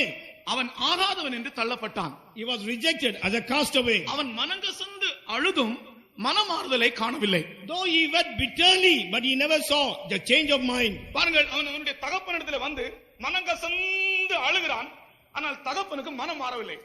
He came to his father and he wept bitterly, but the mind of father never got changed. நான் ரொம்ப நாட்கள் நினைத்துக் கொண்டிருந்தேன், அவன் மனங்கசந்து அழுதான், அவனுக்கு மனசு மாறவில்லை என்றுதான் நினைத்துக் கொண்டிருந்தேன். ஆனால் அது அப்படி அல்ல. அவன் தன்னுடைய தகப்பனிடத்தில் வந்து அழுகிறான், அழுகிறான். எவ்வளவு அழுதாலும் அந்த தகப்பனுடைய மனசு மாறவில்லை. ஆசீர்வதித்தேனப்பா, நான் ஆசீர்வதித்து விட்டேன், அவ்வளவுதான். You know, I used to think that this Esau used to weep bitterly and his mind got changed. It is not like that. He came to the father and he wept bitterly, but the mind of the father never changed. He said, I have already blessed him. காரணம் என்ன? What is the reason? அவனுடைய சேஷ்ட புத்திர பாகத்தை அவனே விற்று போட்டான். He sold off his birthright. அவனுடைய சேஷ்ட புத்திர பாகத்தை விற்ற பிற்பாடு என்ன இருக்கிறது? After selling his birthright, what is there? நம்முடைய உயிர்த்தெழுதல் தான் நம்முடைய சேஷ்ட புத்திர பாகம். Our resurrection is our birthright. Hallelujah, Hallelujah. நம்முடைய மறுரூபம் தான் நம்முடைய சேஷ்ட புத்திர பாகம். Our transformation is our birthright. நாம் இனி சுதந்தரிக்க போகிறோமே ஆசீர்வாதங்கள், அவைகள் தான் நம்முடைய சேஷ்ட புத்திர பாகம். We are going to inherit the blessings. They are our birthright. கர்த்தருக்கு ஸ்தோத்திரம். Praise be to God. அதை விற்று போட்டு இந்த உலகத்தில் வேற என்ன நமக்கு வேண்டும்? Selling those things, what else we need on this earth? இன்றைக்கு கர்த்தர் நமக்கு சொல்லுகிறார், பிரியமானவர்களே, நம்முடைய சேஷ்ட புத்திர பாகம் நம்முடைய உயிர்த்தெழுதல் தான். Beloved, today Lord is telling our birthright is our resurrection. எப்படியாகலும் கிறிஸ்து வரும்போது ரகசிய வருகையிலே நாம் உயிரோடு எழும்ப வேண்டும், மறுரூபமாக வேண்டும். இதுதான் நம்முடைய சேஷ்ட புத்திர பாகம். Some or the other, at the secret coming of Lord Jesus Christ, we should be resurrected, we should be transformed. That is our birthright. அவன் நான் ஆகாதவன் என்று தள்ளப்படாதபடிக்கு That we should not be rejected as a castaway. என் சரீரத்தை நான் ஒடுக்குகிறேன். I bring my body under subjection. என் சரீரத்தை ஒடுக்குகிறேன் என்று சொன்னால் ஒரு கம்பி வைத்து வாயை எப்படி குத்துகிறதோ அல்லாவிட்டால் சரீரத்தை வருத்துகிறதோ, சரீர ஒடுக்கம் என்று வசனத்திலே ஒரு வசனம் சொல்லுகிறது. சரீர ஒடுக்கம், அது சரீர ஒடுக்கம் அல்ல, ஒரு கம்பி வைத்து குத்துகிறது அல்ல, அல்லாவிட்டால் 2 கயிறுனால கட்டி போடுகிற ஒடுக்கம் அல்ல. அவன் தன்னுடைய சரீரத்தை ஆவியின் வல்லமையினாலே கீழ்ப்படுத்தினான். You know, when it is told, I bring my body in subjection or I control my body, it is not that you take a string and poke your face or you not take a rope and bind your body, but in the spirit, he controls his body. ஒரு ஆள் என்ன செய்தது, இனி நான் சண்டை போட மாட்டேன் என்று சொல்லி ஒரு இன்சுலேஷன் டேப் எடுத்து வாயில் அப்படி ஒட்டி வைத்தது. You know what one man did? Henceforth, I am not going to fight. So he took an insulation tape and pasted on his mouth. நான் இனி சண்டை போட மாட்டேன், நான் இனி பேச மாட்டேன். Henceforth, I will not talk and I will not quarrel. அதாவது 2 பேருக்குள்ள சண்டை, Fight between two. 2 பேருக்குள்ள சண்டை, Fight between two people. ஒரு ஆள் தீர்மானம், நான் இனி சண்டை போட மாட்டேன். One man made a decision. Henceforth, I will not fight. ஒரு இன்சுலேஷன் டேப் எடுத்து அப்படி ஒட்டி, He took an insulation tape and pasted his mouth. கொஞ்ச நேரம் இன்சுலேஷன் டேப் நல்ல பவராக இருந்தது. For some time, the insulation tape had its effect. ஆனால் மௌனமாக இருந்து பார்த்தார்கள், பார்க்க முடியல, இன்சுலேஷன் டேப் டப்னு வெடித்தது. They continued to remain silent for some time. They could not control. Immediately, the tape broke. இந்த சரீரத்தை இன்சுலேஷன் டேப்னால் அடக்க முடியுமா? Can you control this body with insulation tape? ஒரு யானையை அடக்கலாம் பிரியமானவர்களே, ஒரு மனிதன் ஒரு யானையை அடக்கலாம். Beloved people, a man may be able to control an elephant. யானை எவ்வளவு உருவத்தில் பெரியதா இருக்கிறது பாருங்கள். ஒரு சிறிய மனிதன் அதை நடத்தி கொண்டு போகிறான். You see an elephant so huge in size, a small tiny man controls that elephant. ஒரு சிங்கத்தை அடக்கலாம். You can control a lion. மிருக காட்சி சாலைகளிலே போய் பாருங்கள், மிருகங்கள் அவர்களுக்கு பக்கத்தில் நிற்கிறது, ஒன்று செய்கிறதில்லை. You go and see in the circus of the exhibition of animals, the animal do not do anything wrong to the people. ஒரு மனிதனுடைய சரீரத்தை அடக்குவது ஆவியின் வல்லமையினால் தான். But to control a man's body, it is through the power of the Spirit. அது பரிசுத்த ஆவியினுடைய control. That is the control of the Holy Spirit. அது ஒரு மனுஷனுடைய முயற்சி அல்ல. That is not an effort of man. மனுஷனுடைய முயற்சி ஆனால் 5 நாள் இருக்கும், 6வது நாள் திரும்பியும் பழைய காரியம் வந்துவிடும். If it is through the efforts of man, it will be for 5 days. On the 6th day, it will come back to original shape. சகோதரனே, சகோதரியே, உன்னுடைய சரீரத்தை பரிசுத்த ஆவியினுடைய வல்லமைக்கு நீ ஒப்புக்கொடு. ஆவியானவர் உன்னை நடத்தட்டும். Beloved brother and sister, surrender your body unto the Holy Spirit. Let the Holy Spirit control you and lead you. ஆவியானவர் உன்னை கீழ்ப்படுத்தும் போது, When Holy Spirit subjects you, அவர் சகலத்தையும் கீழ்ப்படுத்துகிற அவருடைய வல்லமை என்று தான் வாசிக்கிறோம். we find that His power is able to subdue everything. இந்த வல்லமையும் கீழ்ப்படுத்தக்கூடிய வல்லமை பரிசுத்த ஆவியின் வல்லமை. The power of the Holy Spirit is the power which could subdue any other power. உனக்கு முடியாது, ஆனால் பரிசுத்த ஆவியினுடைய வல்லமை அதை உனக்கு முடியும்படி செய்கிறது. It is not possible by you, but the power of the Holy Spirit makes it possible in you. அதற்காகத்தான் பரிசுத்த ஆவியானவர் நமக்கு கொடுக்கப்பட்டார். That is why the Holy Spirit has been given unto you. பரிசுத்த ஆவியின் அபிஷேகம் நம்முடைய சரீரத்தில் கொடுக்கப்பட்டதன் நோக்கம் அவருடைய வல்லமையினாலே நம்முடைய சரீரத்தை நாம் கண்ட்ரோல் பண்ணி நடத்தும்படியாக. The purpose of the Holy Spirit being given in our body is that through the power of the Holy Spirit we will be able to control our body. இன்னொன்று, நம்முடைய பலவீனங்களில் பரிசுத்த ஆவியானவர் உதவி செய்கிறார். Not only that, in our weaknesses, infirmities, the Holy Spirit helps us. பரிசுத்த ஆவியினுடைய அபிஷேகம் கொடுக்கப்பட்ட முக்கியமான இன்னொரு நோக்கம் நம்மை ஜெபிக்கிறவர்களாய் மாற்றுவது. Another important purpose of the anointing of the Holy Spirit, He makes us to pray. கர்த்தருக்கு ஸ்தோத்திரம். Praise the Lord. தேவ சமூகத்தில் ஒரு மனிதன் ஜெபிக்கிறவனாய் மாற வேண்டும் என்றால் அவனுடைய அவயவங்களை கட்டுப்படுத்துகிறவனாய் இருந்தால்தான் அவன் ஒரு ஜெபிக்கிறவனாய் இருக்க முடியும். If a person has to pray in the presence of God, except he controls the members of the body, then only he will be able to pray. பாவம் செய்கிறவன் ஜெபிக்கிறதை நிறுத்துகிறான், ஜெபிக்கிறவன் பாவம் செய்கிறதை நிறுத்துகிறான். ஒரு பக்தன் சொல்லுகிறார், A godly man says, a man who commits sin, he ceases to pray, and a man who continues to pray, he ceases to sin. ஜெபம் செய்கிறவன் பாவம் செய்கிறதை நிறுத்துவான், பாவம் செய்கிறவன் ஜெபிக்கிறதை நிறுத்துவான். Man who ceases to pray, he commits sin. A man who continues to pray, he will not commit sin. கர்த்தருக்கு ஸ்தோத்திரம். Praise be to God. ஆகையால் அபிஷேகத்தின் வல்லமை ஒரு மனிதனை ஜெபிக்கிறவனாய் மாற்றி விடுகிறது. Therefore, power of anointing transforms a man to pray. ஒரு சமயம் 5 நிமிஷம் கூட 10 நிமிஷம் கூட கர்த்தருடைய சமூகத்தில் காத்திருக்க முடியாத கட்டுப்படுத்த முடியாத ஒரு மனிதன் மணி கணக்காக ஜெபிக்கிறவனாக பரிசுத்த ஆவியானவர் அவனை மாற்றுகிறார். A man was not able to pray even for 5 or 10 minutes being bound, but the Holy Spirit makes him to pray for hours together. கர்த்தருக்கு ஸ்தோத்திரம். Praise be to God. பரிசுத்த ஆவியினுடைய வல்லமே ஒரு மனுஷன் அனுபவிக்கும் போது அவன் ஜெப வீரனாய் மாறுகிறான். When a man experiences the power of the Holy Spirit, he becomes a prayer warrior. இயேசு கிறிஸ்துவினுடைய ரகசிய வருகையை காத்துக் கொண்டிருக்கிற ஒவ்வொரு மனுஷனும் ஜெபிக்கிறவனாய் இருப்பான் என்பதிலே சந்தேகமே இல்லை. No doubt everyone who's waiting to be caught up with the secret coming of Jesus Christ, he will be a man of prayer. அவன் தேவ சமூகத்தில் கட்டுப்படுத்தப்பட்டவனாக அவன் தேவனோடு சம்பாஷிக்கிறவனாய் காணப்படுவான். He will be bound in the presence of God. He will be able to communicate with God. அடுத்ததாக நாலாவது நம்முடைய சரீரம் எப்படி இருக்க வேண்டும் என்று இன்னொரு காரியம் கூட சொல்லப்பட்டிருக்கிறது. Fourthly, I will tell you one more thing as to how our body should be. உங்களுடைய சரீரத்தை நீங்கள் ஆண்டு கொள்ளுங்கள், பரிசுத்தமானதாயும் கனமானதாயும் ஆண்டு கொள்ளும்படி அறிந்து இந்த விஷயத்தில் ஒருவனும் மீறாமலும் என்று சொல்லப்பட்டிருக்கிறது. தெசலோனிக்கேயர் 1 தெசலோனிக்கேயர் 4ஆம் அதிகாரம் 5ஆம் வசனம். 1 Thessalonians 4:5. உங்களில் அவனவன் தன் தன் சரீர பாண்டத்தை பரிசுத்தமாயும் கனமாயும் ஆண்டு கொள்ளும்படி அறிந்து இந்த விஷயத்தில் ஒருவனும் மீறாமலும் தன் சகோதரனை வஞ்சியாமலும் இருக்க வேண்டும். That every one of you should know how to possess his vessel in sanctification and honor.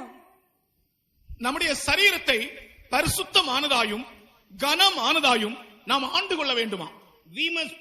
We should know how to possess our vessel in sanctification and in honor. ஒரு மனிதன் ஒரு தேசத்தை ஆளுகை செய்ய முடியும். A man can rule a land. ஆனால் ஒரு மனிதன் தன்னுடைய சரீரத்தை ஆளுகை செய்வது கடினமான But காரியம். it is a very tough thing for a man to rule his body. எப்படி ஆளுகை செய்ய வேண்டுமாம்? How he should rule? பரிசுத்தமானதாயும் கனமானதாயும் ஆளுகை செய்ய வேண்டுமா? He must rule in sanctification and honor. இந்த ஆளுகை கூட பரிசுத்த ஆவியினுடைய பலத்தினாலும் போதனையினாலும் தான் அவன் செய்ய முடிகிறது. Through the power and the teaching of the Holy Spirit, he will be able to rule like this. பரிசுத்த ஆவியானவர் அவனுடைய சரீரத்தை ஆளுகை செய்யும்படிக்கு ஏற்ற சமயத்தில் பலனையும் ஏற்ற சமயத்தில் போதனையையும் கொடுத்துக் கொண்டே இருக்கிறார். The Holy Spirit, in the appointed time, he gives him power and strength and teaching in order to rule that body. கர்த்தருக்கு ஸ்தோத்திரம். Praise be to God. அவன் வழி தவறாதபடிக்கு, That he may not err in the way. பழைய ஏற்பாட்டிலே ஏசாயா தீர்க்கதரிசன புத்தகத்தில் சொல்லப்பட்டிருக்கிறது, அதில் நடக்கிறவர்கள் பேதைகளா இருந்தாலும் திசை கெட்டு போக மாட்டார்கள். In the Old Testament, in the book of Isaiah, it is written, though they may be fools, but they will not err in the way. கர்த்தருக்கு ஸ்தோத்திரம். Praise be to God. அதில் நடக்கிறவர்கள் பேதைகளா இருந்தாலும் திசை கெட்டு போக மாட்டார்கள். Those people who walk therein, they may be fools or poor people, but they will not miss the direction. ஒரு மனுஷனுடைய சரீரம் அவனை திசை கெட்டு போக பண்ணுகிறது. A body of man makes him to lose the direction. எந்த திசை? Which is the direction? நாம் போக வேண்டிய திசை அது. What is the direction where we have to go? நாம் தேவனுடைய அந்த பரிசுத்த நகரத்துக்கு அதே திசையிலே போக வேண்டியவர்கள். Unto the holy city, in that direction we must go. Abraham திசை தவறாமல் போய் அந்த இடத்தை இலக்கை அடைந்தான். Abraham, without missing his direction, he went and reached the goal. வாக்குத்தத்தம் பண்ணப்பட்ட தேசத்தை போய் அடைந்தான். He went and attained the land which has been promised unto him. கர்த்தருடைய வருகைதான் நம்முடைய லக்கு. எங்கும் திசை தவறாமல் ஆவியானவர் நம்முடைய சரீரத்தை பரிசுத்தமாயும் கனமானதாயும் ஆண்டு கொண்டு போக வேண்டும். Coming of Lord Jesus Christ is our goal. Without missing the direction, ruling our body in sanctification and honor, we must go in the same direction. கனவீனமான ஒரு காரியத்திற்கு சரீரம் போகாதபடி ஆளுகை செய்ய பரிசுத்த ஆவியானவர் உதவி செய்கிறார். Holy Spirit helps the body that the body may not go for dishonorable things. Tamil இந்த புஸ்தகங்களிலே அகத்தியர் ஞானம் என்கிற ஒரு புஸ்தகம் உண்டு. Among the Tamil books, there's a book called Agathya Jnanam. அந்த அகத்தியர் ஞானத்திலே ஒரு மனிதன் எப்படி கடவுளை தரிசிக்க முடியும் என்று அவர் எழுதுகிறார். You know, in that book, that Agathya is writing as to how a man can see God. அறிவாதம் அரிச்சை செய்யும் சித்தர் எல்லாம் ஆசைமுறை தானடக்கி அன்பதாகும் பொரியகந்தை தானடக்கி பொசி பொடுக்கி பூரணத்து ஞானமதை பிரசங்கித்து சரியாக ஆத்துமத்தின் கசட்டை தீர்க்கும் சத்குருவை தேடி போய் சடங்கு செய்து அறிவாதம் காண்பிப்பார் சித்தர் உண்டு, அம்புவியில் அவர்களை நீ தேடுவாயே. அறிவாதம் அரிச்சை செய்யும் சித்தர் எல்லாம், அறிவாதம் அரிச்சை செய்யும் சித்தர் சொன்னால், அதாவது பக்தன் என்றால் தேவனை தேடுகிறவன். Godly man means a man who seeks God. தேவனை தேடுகிறவன், A man who seeks God. சித்தன் என்றால் கடவுளை கண்டவனா. Siddha means a man who has seen God. அப்ப இந்த உலகத்திலே நமக்கு போதிக்கும்படியாக கர்த்தருடைய அனுபவங்களை கண்டவர்களும் அனுபவித்தவர்களுமாகிய அனுபவம் உள்ள பரிசுத்தவான்களை கர்த்தர் வைத்திருக்கிறார். On this earth to teach us, the saints of God who have got the experience of God. God has placed them. அவர்கள் எப்படிப்பட்டவர்களாம்? What kind of people are they? ஆசை முறை தானடக்கி அன்பதாகும் பொரியகந்தை தானடக்கி பொசி பொடுக்கி பூரணத்து ஞானமதை பிரசங்கிக்கிறார்கள். அதாவது தங்களுடைய அவர்கள் ஆசை இச்சைகள் எல்லாம் வெறுத்து அடக்கி ஆண்டு பூரணத்து ஞானத்தை பிரசங்கம் பண்ணுகிறார்கள். You know, they are controlling the self-lust and all these things and ruling over them.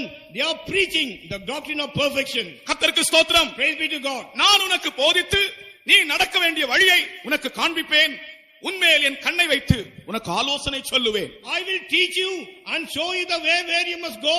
I will keep my eyes upon you and give you the counsel. கடைசி நாட்களிலே வழி தவறாமல் நீ செல்லும்படியாக, பாதை தவறாமல் நீ செல்லும்படியாக, உன்னை நடத்தும்படியாக, உன்னுடைய சரீரத்தை நீ ஆளுகை செய்யும்படியாக தேவனுடைய பரிசுத்த ஆவியின் வல்லமையும் பரிசுத்தவான்களின் போதனையும் உனக்கு அவசியமா இருக்கிறது. In the last days, the power of the Holy Spirit, teaching of the saints of God is very important unto you, that you may not miss in your direction, that you may go properly towards the goal. ஆகையால் தான் அபிஷேகம் பெற்ற பிற்பாடு உன்னுடைய சரீரத்தை நீ ஆளுகை செய்யும்படி, பரிசுத்தமானதாயும் கனமானதாயும் ஆண்டுகொள்ள நீ அறியும்படி உனக்கு ஒரு அதற்கேற்ற ஒரு போதனை அவசியமாக இருக்கிறது. After receiving the anointing of the Holy Spirit, preserving your body in sanctification and honor, you are in need of a teaching pertaining to it. நம்முடைய சரீரம் எப்படிப்பட்ட கனத்துக்குரியதா இருக்க வேண்டும் என்பது போதனைகள் மூலமாகத்தான் வெளிப்படும். Only through the teaching it will be able to be manifested how our body should be of honor. அதற்காகத்தான் பரிசுத்தவான்களுடைய சபையிலும் தேவனுடைய ஆவியானவருடைய கிரியையிலும் நம்மை கர்த்தர் கொண்டு வந்திருக்கிறார். That is why God has brought us into the fellowship of the saints of God and in the leading of the Holy Spirit. அடுத்ததாக நம்முடைய சரீரம் எப்படிப்பட்டதா இருக்க வேண்டும்? Next to that, how should our body be? ரோமர் எழுதின நிருபம் 12ஆம் அதிகாரத்திலே உங்களுடைய சரீரத்தை நீங்கள் ஜீவ பலியாய் ஒப்புக்கொடுங்கள். In Romans 12th chapter he says, surrender your body as a living sacrifice. மறுரூபமாக்கப்பட வேண்டிய சரீரம் பலியாக்கப்பட்ட சரீரம். Body which has to be transformed, it is a body which is sacrificed. மறுரூபமாக்கப்பட வேண்டிய சரீரம் பலியாக்கப்பட்ட சரீரமா. Body which has to be transformed, it is a sacrifice body. ரோமர் 12ஆம் அதிகாரத்திலே முதலாம் வசனம்.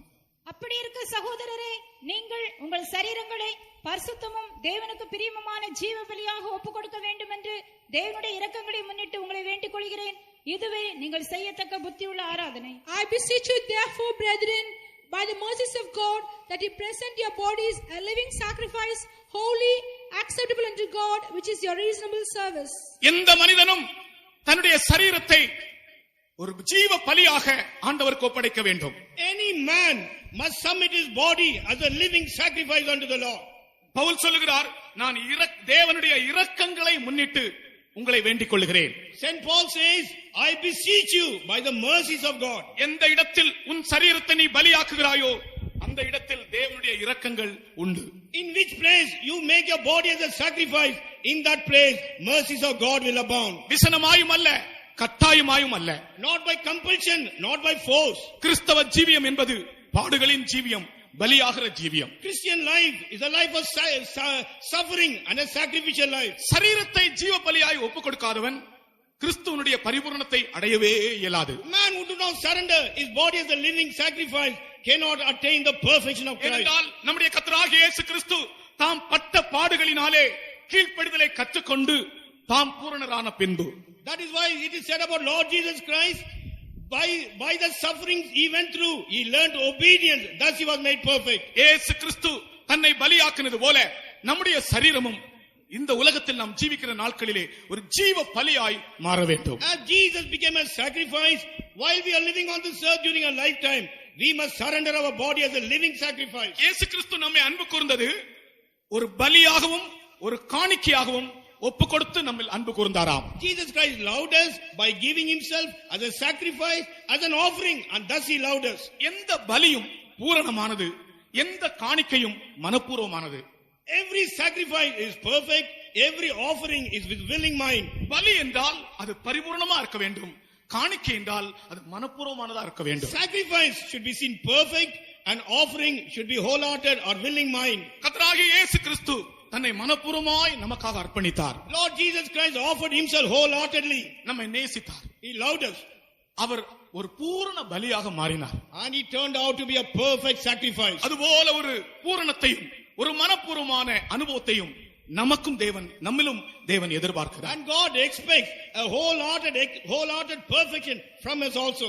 இப்படிப்பட்டதான அனுபவங்கள் நம்முடைய சரீரத்திற்கு காணப்படும் என்றால், If these kind of experiences to be seen in our body means, நம்முடைய சரீரத்தில் நாம் இந்த நாட்களில் இருக்கும்போதே கிறிஸ்துவின் நிறைவான ஒரு வளர்ச்சியை நாம் அடைய முடியும். while we are living in this body itself, we must attain the fullness of the growth of Jesus. நம்முடைய வாஞ்சையும் நம்முடைய நோக்கமும் நம்முடைய தாகமும் நம்முடைய தவிப்பும் இயேசு கிறிஸ்துவினுடைய ரகசிய வருகைதான். Our desire, our thirst and our travailing is only about the coming of Jesus. அவர் ரகசியமாய் வரும்போது ஒரு நிமிஷத்தில் அல்ல, ஒரு இமை பொழுதிலே நாம் எல்லாரும் மறுரூபமாக்கப்படுவோம் என்றுதான் கர்த்தருடைய வசனம் சொல்லுகிறார். At his secret coming, when he comes secret, in a twinkling of an eye, all of us will be transformed. That says the word of God. அப்போஸ்தலனாகிய பவுல் சொல்லுகிறார், இந்த சரீரத்தை நாங்கள் புதைக்கிறோம் என்று சொல்லாமல் இந்த சரீரத்தை நாங்கள் விதைக்கிறோம் என்று சொல்லுகிறார். Apostle Paul, he says, we are not burying this body, but we are sowing this body. ஒரு விதையை விதைக்கும் வண்ணமாக, இது புதைத்தல் அல்ல, இது விதைத்தல் என்று கூறுகிறார். And he says, so like sowing a seed, this body is sown and not buried. இது ஒரு நல்ல தானியமாக இது விதைக்கப்படுகிறது. As a good grain, it is sown. இயேசு கிறிஸ்து முதலாவது நல்ல தானியமாய் விதைக்கப்பட்டார், உயிரோடு எழும்பினார். Jesus Christ as a good grain, he was sown and he rose up alive. இயேசு கிறிஸ்து தான் முதற் கோதுமை மணியாய் இருக்கிறார். Jesus Christ is the first corn of wheat. அந்த கோதுமை மணியினால் உண்டான கோதுமை மணிகள் தான் நாம் எல்லாரும். Through that corn of wheat only, we are all the grains of wheat formed. இந்த சரீரம் ஒரு நாள் புதைக்கப்படாது, ஒரு நாள் விதைக்கப்பட போகிறது. This body one day, it is not going to be buried, but it is going to be sown. இது விதைக்கப்பட்டு இது எழும்பி வரும், முளைத்து வரும். This will be sown and it will rise up. வேத புத்தகத்தில் அநேக புத்தியினர்களை பற்றி வாசிக்கிறோம். In the word of God, we read about many fools. அதிலே ஒரு புத்தியினன் யார் தெரியுமா? One fool, who is he? இந்த சரீரம் எப்படி உயிரோடு எழும்பும் என்று கேட்பானால் ஒருவன், அவன் புத்தியினன் என்று தான் வாசிக்கிறோம். மதியினனே என்று சொல்லிதான் அவனுக்கு பதில் சொல்லுகிறார். If a person asks a question, how this body will be resurrected, he is called, oh fool. நான் நினைக்கிறேன் ஒரு 8 விதமான புத்தியினர்கள் வேத புத்தகத்தில் உண்டு என்று நினைக்கிறேன். I think maybe 8 type of fools are mentioned in the word of God. அதுல ஒரு புத்தியினன், இந்த சரீரம் விதைத்த பிற்பாடு இது எப்படி அடக்கம் பண்ணின பிற்பாடு எப்படி இந்த சரீரம் எழும்பும் என்று கேட்டால், அதை பற்றிய அறிவில்லாமல் ஒருவன் இருந்தால் அவன் புத்தியினன் என்றுதான். ஏனென்றால் அவனுக்கு பதில் சொல்லும் போது அருமையானவனே என்று சொல்லாமல் புத்தியினனே மதியினனே என்று சொல்லிதான் அவனுக்கு பதில் சொல்லுகிறார். When a person thinks that if this body after burial, how this is going to rise up or resurrected, he is not called by any other name. He is called as a fool because he is ignorant of this understanding. இந்த சத்தத்தை கேட்கிற நாம் ஒவ்வொருவரும் நம்முடைய சரீரம் இந்த பூமியிலே அடக்கம் பண்ணப்பட்ட பிற்பாடு ஒரு நாள் இது முளைத்து எழும்பும், உயிரோடு எழும்பும் என்கிற காரியத்தை நன்கு அறிந்தவர்களாக ஜீவிக்க வேண்டும். Those who are hearing my voice, you should know very clearly that once this body is buried, it will rise up alive. அதை பற்றிய அறிவோடு நாம் ஜீவிக்க வேண்டும். With that understanding we must live. அது முளைக்க வேண்டும் என்றால், ஒரு தானியம் முளைக்க வேண்டும் என்றால் அது நல்ல தானியமாக இருக்க வேண்டும். If a grain has to pop up or crop up, it should be a good grain. கர்த்தர் தன்னுடைய சபையிலே ஒரு தூற்றுக்கூடையோடு கர்த்தர் கிரியை செய்து கொண்டிருக்கிறார். Lord, with a sieve in his hand, is working in our church. தேவனுடைய கையில் ஒரு தூற்றுக்கூடை இருக்கிறது. In the hand of the Lord there is a sieve. யோவான் ஸ்நானனுடைய வார்த்தை அது. That is the word of John the Baptist. அன்புள்ள தேவனுடைய கையிலே ஒரு தூற்றுக்கூடை இருக்கிறது. In the hand of the loving God there is a fan. இரக்கமுள்ள தேவனுடைய கையிலே ஒரு தூற்றுக்கூடை இருக்கிறது. In the hand of the merciful God there is a fan. அரவணைக்கும் தேவனுடைய கையிலே ஒரு தூற்றுக்கூடை இருக்கிறது. God who is embracing in his hand there is a fan. அந்த தூற்றுக்கூடை எதற்காக? Why is that fan given? நாம் தானியமா பதரா என்பதை வெளிப்படுத்தும்படியாக. In order to reveal whether we are a grain or a chaff. தூற்றுக்கூடை அவர் கையில் இருக்கிறது. அவர் தன்னுடைய களத்தை நன்றாக விளக்குவார். The fan is in his hands and he will move his hand very well. துன்மார்க்கர் தேவனுடைய சபையிலே நிலைநிற்க முடியாது. பாவிகள் தேவனுடைய சபையிலே நிலைநிற்க முடியாது. We cannot stand in the church of God. Sinners cannot stand in the church of God. துன்மார்க்கர் நியாயத்தீர்ப்பிலும் பாவிகள் நீதிமான்கள் சபையிலும் நிலைநிற்க முடியாது என்று 1 சங்கீதம் சொல்லுகிறது. The Psalms 1, wicked cannot stand in the judgment and in the another sinner cannot stand in the way of righteous people. ஆகையால் நாம் ஒரு நாள் நம் மரணத்துக்கு பிற்பாடு நம்ம சரீரத்தை கொண்டு போய் அடக்கம் பண்ணுவார்கள். அது விதைத்தல். நாம் முளைத்து எழும்ப வேண்டும் என்றால், உயிரோடு எழும்ப வேண்டும் என்றால், நாம் ஒரு நல்ல தானியமாக இந்த நாட்களிலே பூரணப்பட வேண்டும். After our death, they are going to bury our body. That is called sowing. If you are a good grain, on one day it will crop up, or we will be resurrected. அந்த பூரணப்படுத்துகிற வேலைதான் கர்த்தர் இந்த நாட்களில் நம்மளை செய்து கொண்டே இருக்கிறார். That work of perfection the Lord is doing these days in our life. பதரை அவியாத அக்கினியிலே தேவன் அழித்து விடுவார். And Lord will put the chaff in the unquenching fire. அவருடைய வருகையிலே தானியமாய் விதைக்கப்படுகிற அவருடைய வருகையிலே உயிரோடு முளைத்து எழும்புவார்கள். And the grains at his coming will rise up alive. இந்த நம்பிக்கையோடு தான் இந்த கடைசி நாட்களில் நாம் ஜீவிக்க வேண்டும். கர்த்தராகிய இயேசு கிறிஸ்துவினுடைய வருகை மிகவும் சமீபமா இருக்கிறது. With this hope only we should live in this last days. Coming of Lord Jesus Christ is very very soon. நான் என்னுடைய வார்த்தையை இதோடு முடிக்கிறேன். பரிசுத்தவான்கள் அதற்கு பிற்பாடு உங்களுக்கு சொல்லுவார்கள். I close my words with this. கர்த்தருக்கு ஸ்தோத்திரம். Praise be to God. புவி மீதினின் சரீரமிப்பு என்று வரும் என்ன காத்திருக்கும். புவி மீதினின் சரீரமிப்பு என்று வரும் என்ன காத்திருக்கும். நாம் மகிழ்ந்திடவே அவர் வந்திடுவார், மன்னவாட்டியாய் மாறிடுவோம். நாம் மகிழ்ந்திடவே அவர் வந்திடுவார், மனவாட்டியாய் மாறிடுவோம். புவி மீதினின் சரீரமிப்பு என்று வரும் என காத்திருக்கும். புவி மீதினின் சரீரமிப்பு என்று வரும் என காத்திருக்கும். நாம் மகிழ்ந்திடவே அவர் வந்திடுவார், மனவாட்டியாய் மாறிடுவோம். நாம் மகிழ்ந்திடவே அவர் வந்திடுவார், மனவாட்டியாய் மாறிடுவோம். Praise be to God.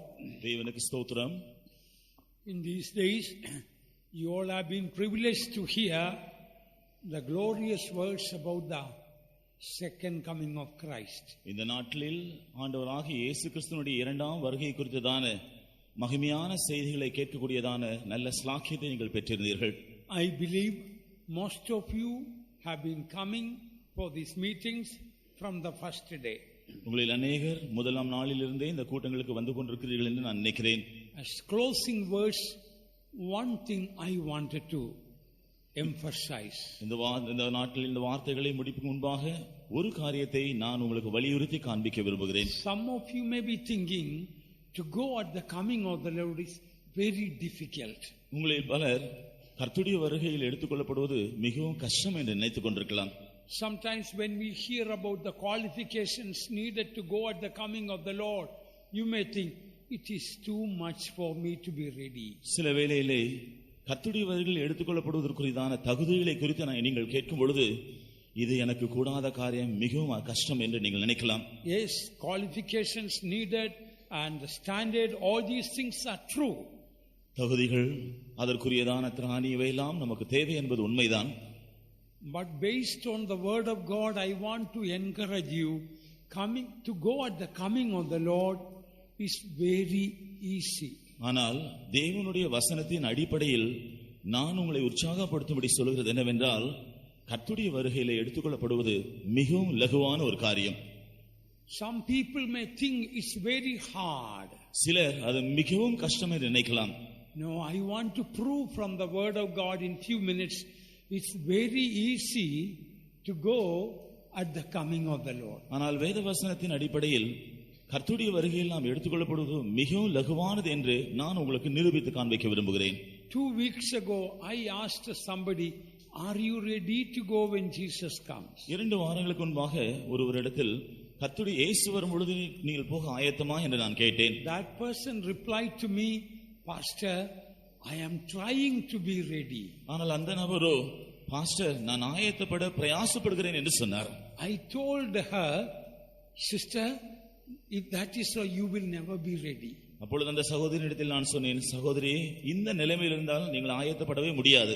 if you are trying to be ready, you will never be ready. ஆயத்தப்பட முயற்சி செய்து கொண்டிருந்தால் நீங்கள் ஆயத்தமாகவே முடியாது. If you are trying to be ready, that means you want to go at the coming of the Lord with your own efforts, with your own ability, with your own cleverness. கர்த்தருடையவர்கள் எடுத்துக்கொள்ளப்படும்படியாக ஆயத்தப்படுகிறேன் என்று சொன்னால் உங்களுடைய சொந்த ஞானத்தினாலோ திறமையினாலோ உங்களுடைய சொந்த பிரயாசத்தினாலோ நீங்கள் போகலாம் என்று நினைத்துக் கொண்டிருக்கிறீர்கள். We know we are saved by the grace of God. நாம் தேவனுடைய கிருபையினாலே ரட்சிக்கப்பட்டோம் என்று அறிவோம். And to go at the coming of the Lord, it is called the final salvation. கர்த்தருடைய வருகையிலே நாம் எடுத்துக்கொள்ளப்படுவதுதான் கடைசி ரட்சிப்பு என்று சொல்லப்படுகிறது. So both are called salvation.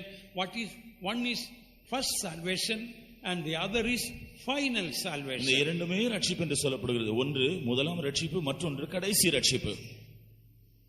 You cannot be just trying to be ready at the coming of the Lord. கர்த்தருடைய வருகைக்காக நீங்கள் பிரயாசப்பட்டு ஆயத்தப்படுவது கூடாத காரியம். Suppose I am asking, are you saved? நான் உங்களை ரட்சிக்கப்பட்டிருக்கிறீர்களா என்று நான் கேட்கிறேன் என்று வைத்துக் கொள்ளுங்கள். And if you say, I am trying to be saved, நீங்கள் நான் ரட்சிக்கப்பட நான் முயற்சி செய்கிறேன் என்று சொல்லுவீர்கள். Day and night I am trying hard to get saved. இரவும் பகலும் மிகவும் கடினமாய் பிரயாசப்பட்டு ரட்சிக்கப்பட நான் பிரயாசப்படுகிறேன். What will I say? நான் என்ன சொல்வேன்? Brother, you will never get saved like that. சகோதரனே, நீங்கள் ஒரு காலம் ரட்சிக்கப்பட முடியாது என்பது போலதான். You just cannot try hard to get saved. நீங்கள் கடினமாய் பிரயாசப்பட்டு ரட்சிக்கப்பட முடியாது. I will say salvation is the grace of God. ரட்சிப்பு தேவனுடைய கிருபை என்று நான் சொல்வேன். What I will say, if you want to be saved, brother, why don't you receive Jesus into your heart? நான் உங்களை பார்த்து, சகோதரனே, நீங்கள் ரட்சிக்கப்பட வேண்டும் என்றால் ஏன் இயேசுவை உங்களுடைய இருதயத்தில் ஏற்றுக்கொள்ள கூடாது?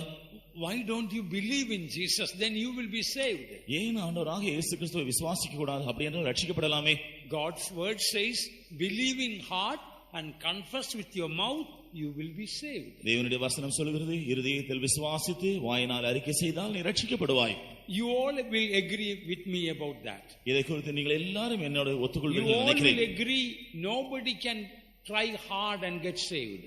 ஒரு மனுஷன் ரட்சிக்கப்பட கடினமாய் பிரயாசப்பட வேண்டிய அவசியம் இல்லை என்பதை நீங்கள் என்னோடு சேர்ந்து ஒத்துக்கொள்ளலாம். All will say no, salvation is by grace. நீங்கள் எல்லாரும் சொல்வீர்கள் ரட்சிப்பு அவருடைய கிருபையினாலே தான். You believe in Jesus and accept him in your heart, confessing your sins, and you are saved. ஆண்டவராகிய இயேசு கிறிஸ்துவை நீங்கள் உங்களுடைய இதயத்தில் விசுவாசித்து அவரை ஏற்றுக்கொண்டு உங்களுடைய பாவங்களை அறிக்கை செய்தால் நீங்கள் ரட்சிக்கப்படுவீர்கள். Beloved ones, it is the same way with the final salvation. பிரியமானவர்களே, அதை போலவே தான் கடைசி ரட்சிப்பை நாம் பெற்றுக்கொள்வதும். To go at the coming of the Lord, what should you do? கர்த்தருடைய வருகையில் எடுத்துக்கொள்ளப்பட நீங்கள் என்ன செய்ய வேண்டும்? Oh, prayer life, I didn't pray much today. ஜெப ஜீவியம் தேவை, நான் இன்றிருந்து அதிகமாய் ஜெபிப்பேன். Oh, I am not perfectly holy today. இன்று முதல் நான் பரிசுத்தத்தில் பூரணமாவேன். I didn't read 10 chapters of Bible today. நான் இன்றைக்கு வேதத்தில் 10 அதிகாரங்கள் படிக்கவில்லை. Beloved ones, that way you can never be ready. இவைகளெல்லாம் சொல்லிக் கொண்டிருந்தால் ஒரு நாளும் ஆயத்தப்பட முடியாது. All this reading the Bible and praying and living a holy life is true. வேத வசனம் படிப்பது, பரிசுத்த ஜீவியம் செய்வது, ஜெபம் பண்ண வேண்டும் என்பது இதெல்லாம் அவசியம்தான், உண்மைதான். How did you get saved? நாம் எப்படி ரட்சிக்கப்படலாம்? By grace. தேவனால் ரட்சிக்கப்படுவோம். And the final salvation was also grace. விதமாகவே கடைசி ரட்சிப்பும் கூட கிருபையினாலே தான். And what is that? அது என்ன? You must believe by grace I will go when Jesus comes. கிருபையினாலே இயேசு வரும்பொழுது நான் பறந்து போவேன் என்று விசுவாசிக்க வேண்டும். Pastor Don Open will speak Philippians chapter 1 verse 6, being confident of this thing, he that began a good work in you will perform it until the day of Christ. Pastor Don அவர்கள் அடிக்கடி பிலிப்பியர் 1 அதிகாரம் 6 வசனத்தை சொல்வது உண்டு. அதாவது உங்களில் நற்கிரியை துவங்கினவர் அந்த நாள் வரையும் அதை பூர்ணப்படுத்த நிறைவேற்ற வல்லவராக இருக்கிறார் என்று சொல்வார். He that began a good work in you means Jesus began a good work in you when you got saved. உங்களில் நற்கிரியை துவங்கினவர் என்று சொல்லும் பொழுது நீங்கள் ரட்சிக்கப்படும் பொழுது இயேசுதான் உங்களில் நற்கிரியை துவங்கி இருக்கிறார். So when you got saved, Jesus started a good work in you. நீங்கள் ரட்சிக்கப்பட்ட பொழுது இயேசு ஒரு நற்கிரியை உங்களில் ஆரம்பித்தார். And he will perform it or perfect it till Jesus comes. இயேசு வரும் முறையிலும் அவரே அதை நிறைவேற்றி முடிப்பார். So when you heard about Abraham, today that when Abraham believed, God counted it as righteousness. இன்றைக்கு நீங்கள் ஆபிரகாமை குறித்து கேள்விப்பட்டீர்கள். ஆபிரகாம் விசுவாசித்த பொழுது தேவன் அதை நீதியாக எண்ணினார். So today you believe this. இன்று நீங்கள் இதை விசுவாசியுங்கள். By the grace of God, when Jesus comes, I will go. தேவனுடைய கிருபையினாலே இயேசு வரும்பொழுது நான் போய் விடுவேன். You must say every day morning, by grace when Jesus comes, I will go. ஒவ்வொரு நாள் காலையிலும் நீங்கள் சொல்ல வேண்டும், கிருபையினால், தேவனுடைய கிருபையினாலே இயேசு வரும்பொழுது நான் எடுத்துக்கொள்ளப்படுவேன். Maybe some of you at the end of the meeting may be troubled in your heart. ஒருவேளை இள வயதுள்ள இருப்பவர்கள் இதை குறித்து இருதயத்தில் கலக்கம் அடையலாம். Lord, I have been hearing about your coming. ஆண்டவரே, நான் உம்முடைய வருகை குறித்து கேள்விப்பட்டுக் கொண்டே All இருக்கிறேன். these sermons and Bible studies have been very good. இந்த பிரசங்கங்கள், வேத பாடங்கள் எல்லாம் மிகவும் நன்றாக இருக்கின்றன. But Lord, will I go when Jesus comes? ஆனால் ஆண்டவரே, இயேசு வரும்பொழுது நான் போக முடியுமா? God's word says, faithfully see that calleth you, he will also do it. தேவனுடைய வசனம் என்ன சொல்கிறது தெரியுமா? உங்களை அழைத்தவர் உண்மையுள்ளவர், அவர் அப்படியே செய்வார். What did Jesus say? இயேசு என்ன சொன்னார்? I will never leave you nor forsake you. நான் உங்களை விட்டு விலகுவதும் இல்லை, உங்களை கைவிடுவதும் இல்லை. Don't look to your circumstances. ஆகவே உங்களை சுற்றுப்புற சூழ்நிலைகளை நீங்கள் பார்க்க வேண்டாம். Don't look to the troubles in your heart. உங்கள் இதயத்தில் இருக்கிற கலக்கங்களை நீங்கள் பார்க்க வேண்டாம். Looking unto Jesus, the author and finisher of our faith. விசுவாசத்தை துவக்கிறவரும் முடிக்கிறவருமா இருக்கிற நம்முடைய இயேசு கிறிஸ்துவை நோக்கி பாருங்கள். He that began a good work in me, he will perfect it till that day. என்னில் நற்கிரியை ஆரம்பித்தவர் அந்த நாள் வரையும் அதை முடிய நடத்துவார். Today in the closing meeting, believe by the grace of God, I will go. இந்த கடைசி கூட்டத்திலும் தேவனுடைய கிருபையினாலே நான் அவருடைய வருகையில் எடுத்துக்கொள்ளப்படுவேன் என்று விசுவாசித்து நீங்கள் செல்லுங்கள். When you believe that and praise God, நாம் அதை விசுவாசித்து தேவனை துதிக்கும் பொழுது, all the qualifications that have been preached to us in these days, God will work it out in us. இந்த நாட்டில் நமக்கு போதிக்கப்பட்டதான எல்லா தகுதிகளையும் பெற்றுக்கொள்ளும்படியாக தேவன் நம்மில் கிரியை செய்வார். In 1 Thessalonians 5:23-24 we read that the God of peace shall sanctify you wholly. I pray that your spirit, soul and body be preserved blameless unto the coming of the Lord. And then says, faithfully see that calleth you, he will do it. முதலாம் தெசலோனிக்கேயர் 5:23-24 வசனங்களில், சமாதானத்தின் தேவன் தாமே உங்களை முற்றிலும் பரிசுத்தமாக்குவாராக, உங்கள் ஆவி, ஆத்மா, சரீரம் முழுவதும் நம்முடைய கர்த்தராகிய இயேசு கிறிஸ்து வரும் வரையிலும் குற்றமற்றதாய் காக்கப்படுவதாக என்று சொல்லிவிட்டு, உங்களை அழைத்த தேவன் உண்மையுள்ளவர், அவர் அப்படியே செய்வார் என்று அடுத்த வசனத்தில் அவர் சொல்கிறார். If we read only the 23rd verse and finish, we will be troubled. நீங்கள் 23ஆம் வசனத்தை மாத்திரம் படித்து நிறுத்திவிட்டால் நீங்கள் கலக்கம் அடைவீர்கள். Oh God of peace, sanctify you wholly, that your spirit, soul and body be preserved blameless unto the coming of the Lord. Oh, these things are very, very hard. சமாதானத்தின் தேவன் உங்களை முற்றிலும் பரிசுத்தமாக்குவாராக, உங்கள் ஆவி, ஆத்மா, சரீரம் கர்த்தராகிய இயேசு கிறிஸ்துவின் வருகை வரைக்கும் குற்றமற்றதாக காக்கப்படுவதாக என்று கேள்வி படிக்கும் பொழுதே இது மிகவும் கஷ்டம் என்று சொல்லி உங்களுடைய இருதயம் கலக்கம் அடையும். Oh, I cannot live like that. Spirit, soul and body to be blameless at the coming of the Lord. That's too much. என்னுடைய ஆவி, ஆத்மா, சரீரம் இயேசு கிறிஸ்து வரும்பொழுது குற்றமற்றதா இருக்க வேண்டும் என்று சொல்வது எனக்கு மிகவும் கஷ்டம் என்று நாம் சொல்லுவோம். What does the next verse say? ஆனால் அடுத்த வசனம் என்ன சொல்கிறது? Faithfully see that calleth you, he will do it. உங்களை அழைக்கிறவர் உண்மையுள்ளவர், அவர் அப்படியே செய்வார். He will do it. You cannot do like that. நீங்கள் அதை செய்ய முடியாது, அவர் அதை செய்வார். Beloved ones, that is what Jesus wants to speak to you tonight. அருமையானவர்களே, இன்றிரவு நம்முடைய அருமையான இயேசு இதைதான் நம்மிடத்தில் பேச விரும்புகிறார். Faithfully see that calleth you. உங்களை அழைக்கிறவர் உண்மையுள்ளவர், and he will do it. அவர் அதை செய்வார். You cannot do it. நீங்கள் அதை செய்யவே முடியாது. Even 1 minute you cannot be ready for the coming of the Lord. ஒரு நிமிஷம் கூட கர்த்தருடைய வருகைக்கு உங்களால் ஆயத்தப்படுத்த முடியாது. When I came this evening, I could see so many people were staying here waiting for the evening meeting. நான் இன்று மாலையில் இங்கே வந்த பொழுது மாலை கூட்டத்திற்காக முன்பதாகவே வந்து அநேகர் இங்கே காத்திருந்ததை நான் பார்த்தேன். That means many of you came right in the morning and you didn't go back. Right? Many of you came right in the morning but you didn't go back till now. உங்களில் அநேகர் காலையிலே இங்கே வந்திருக்கிறீர்கள் என்றாலும் இன்னும் நீங்கள் திரும்பி போகவில்லை. But let me tell you one truth. நான் உங்களுக்கு ஒரு சத்தியத்தை சொல்லட்டுமா? If the Lord is going to count the mistakes you did today after coming to the house of God, none of us can go at the coming of the Lord. நீங்கள் You know, all day you have been in the church. Yes, sir. நீங்கள் இந்த நாள் முழுதும் ஆலயத்தில் இருந்திருக்கிறீர்கள். So it is the holiest place today or most of you spend. நீங்கள் இந்த பரிசுத்த ஸ்தலத்தில் இந்த நாள் முழுதும் நீங்கள் இருந்திருக்கிறீர்கள். Even after coming to the house of God, all your doubts and unbeliefs and evil thoughts, if God is going to take into account, you cannot go to heaven. நீங்கள் இதையெல்லாம் கேட்ட பின்பு உங்களுடைய மனதிலே தவறான எண்ணங்கள், சந்தேகங்கள், இப்படிப்பட்ட காரியங்களை யோசித்துக் கொண்டிருந்தால் இயேசு கிறிஸ்து வந்தாலும் எடுத்துக்கொள்ளப்பட முடியாது. Then how can we be ready? From Monday to Saturday you are living in the world, going to work and dealing with so many people. How can you be ready? நீங்கள் திங்கட்கிழமை முதல் சனிக்கிழமை வரையிலும் நீங்கள் உலகத்தில் பல ஆட்களோடு இடைபடுகிறீர்கள், பல காரியங்களில் ஈடுபடுகிறீர்கள். இப்படியெல்லாம் இருக்கும் பொழுது எப்படி கர்த்தருடைய வருகைக்கு ஆயத்தப்படுவது? Psalm 36 verse 5 says, His faithfulness reacheth unto the clouds. 36ஆம் சங்கீதம் 5ஆம் வசனம் சொல்கிறது, அவருடைய உண்மை மேகம் வரையதும் அது மேகங்கள் வரையதும் உயர்த்தப்படுகிறது. His faithfulness reacheth unto the clouds. அவருடைய உண்மை சத்தியம் மேக மண்டலங்கள் வரையதும் எட்டுகிறது. One day we are going to be taken in the clouds to meet the Lord. ஒரு நாள் நம்முடைய கர்த்தரை சந்திக்கும்படியாக நாம் மேகங்களில் எடுத்துக்கொள்ளப்பட போகிறோம். How long God is going to be faithful to us? நம்முடைய ஆண்டவர் எவ்வளவாக நமக்கு உண்மையாக இருப்பார்?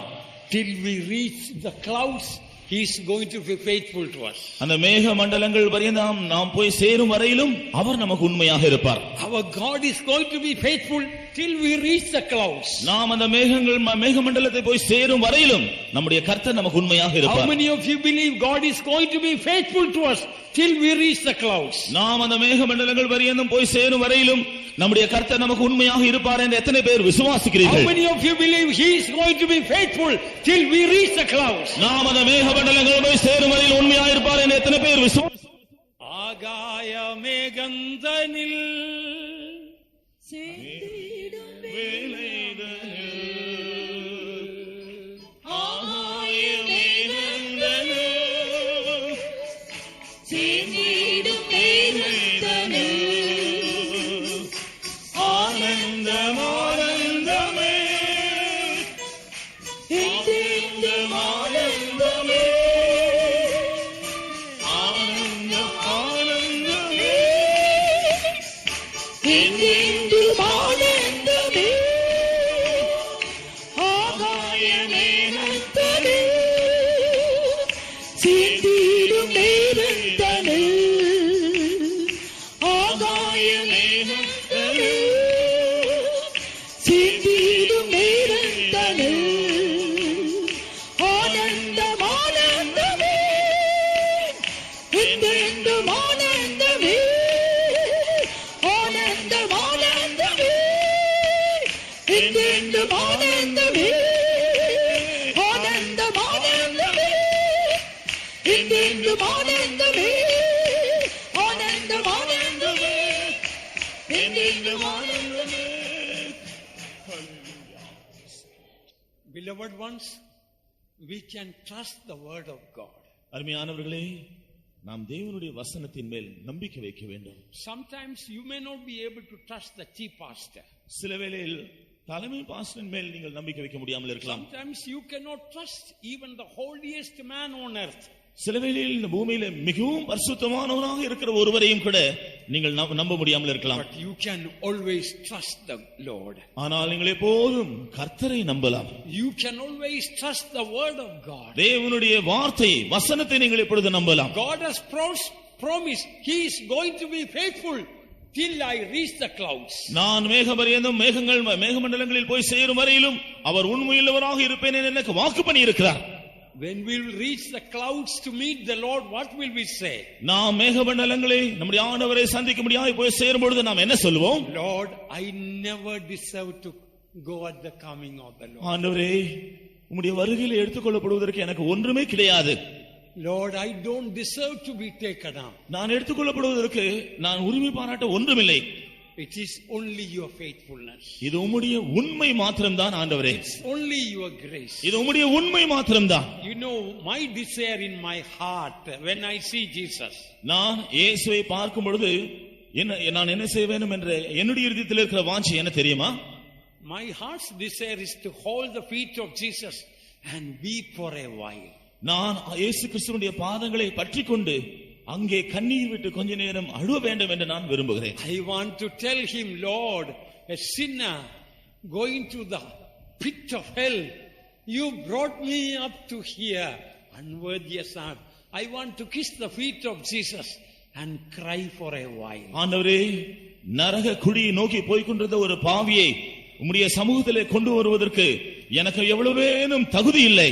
உம்முடைய உண்மை நிமித்தமாக நான் உம்முடைய உண்மைதான் என்று சொல்லி அவருடைய பாதங்களை முத்தமிட்டு அவருடைய பாதத்தில் நான் கண்ணீர் விட்டு அழ விரும்புகிறேன்.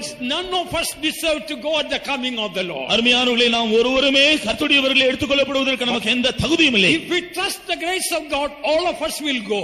ஆனால் தேவனுடைய கிருபையை நாம் நம்பினால் நாம் எல்லாரும் எடுத்துக்கொள்ளப்படுவோம். If we trust in the grace of God, we will go up. தேவனுடைய கிருபையை நாம் சார்ந்து கொண்டால் நாம் எல்லாரும் பறந்து செல்வோம். We will see Jesus in the air. நாம் மத்திய ஆகாயத்தில் நம்முடைய இயேசுவை சந்திப்போம். Oh, we will see glorious Jesus. நம்முடைய மகிமையான இயேசுவை நாம் தரிசிப்போம். We will see all the holy angels. நாம் எல்லா பரிசுத்த தூதர்களை சந்திப்போம். We will see the glorified saints. நாம் தேவனுடைய பிரகாசமான முகத்தை காண்போம். We will see the glorified saints. பரிசுத்த நாம் மகிமையடைந்த பரிசுத்தவான்களை காண்போம். It's going to be glorious. நாம் ஜெயங்கொண்ட பரிசுத்தவான்களை காண்போம். It is going to be glorious. அது பெரிய மகிமையாய் காணப்பட போகிறது. When Jesus comes, your feet will not be on the earth, but in the mid sky, to meet the Lord in the air. இயேசு வரும்பொழுது உங்களுடைய பாதங்கள் பூமியில் இருக்காது, கர்த்தரை தரிசிக்காத மேக மண்டலங்களிலே காணப்படும். Because of the faithfulness of Jesus, you will go, I will go. இயேசுவினுடைய உண்மை நிமித்தமாக நீங்கள் எல்லாரும் செல்வீர்கள், நானும் செல்வேன். When Jesus comes, my feet, your feet will not be on the earth, but will be in the mid sky. Hallelujah. இயேசு வரும்பொழுது என்னுடைய பாதங்களும் உங்களுடைய பாதங்களும் பூமியில் இருக்காது, அது மத்திய ஆகாயத்திலே இருக்கும். We are saved by the grace of God. தேவனுடைய கிருபையினால் நாம் ரட்சிக்கப்பட்டோம். We receive the Holy Spirit by the grace of God. தேவனுடைய கிருபையினால் நாம் பரிசுத்த ஆவியை பெற்றுக்கொண்டோம். God brought us to this truth by the grace of God. தேவன் நமக்கு இந்த சத்தியங்களுடைய கிருபையினால் போதித்தார். We are preserved by the grace of God. தேவனுடைய கிருபையினாலே தான் நாம் பாதுகாக்கப்பட்டோம். And we will go by the grace of God. தேவனுடைய கிருபையினாலேயே நாம் பறந்து செல்வோம். We will shout grace, grace unto it. நாம் கிருபை உண்டா கிருபை கிருபை என்று சொல்வோம். We will shout grace, grace unto it. கிருபை கிருபை உண்டாவதாக என்று ஆர்ப்பரிப்போமாக. The anointing of the Holy Spirit is by the grace of God. பரிசுத்த ஆவியானவர் அந்த கிருபையினாலே நிறைக்கிறார். Oh, that wonderful power of Jesus is here. இயேசு கிறிஸ்துவினுடைய அற்புதமான வல்லமை. You will go when Jesus comes. இயேசு வரும்பொழுது நீங்கள் எடுத்துக்கொள்ளத்தான் படுவீர்கள். You will go when Jesus comes. இயேசு வரும்பொழுது நீங்கள் எடுத்துக்கொள்ளப்படுவீர்கள். The grace of God is upon you. இயேசு தேவனுடைய கிருபை உங்கள் மேல் இருக்கிறது. The power of God is upon you. தேவனுடைய வல்லமை உங்கள் மேல் இருக்கிறது. The blessing of God is upon you. தேவனுடைய இரக்கம் உங்கள் மேல் The இருக்கிறது. anointing of God is upon you. தேவனுடைய அபிஷேகம் உங்கள் மேல் இருக்கிறது. Hallelujah. Hallelujah. Hallelujah. Hallelujah.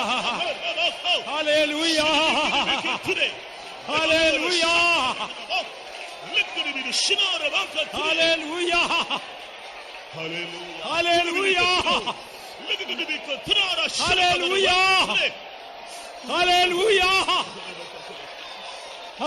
Hallelujah. Hallelujah.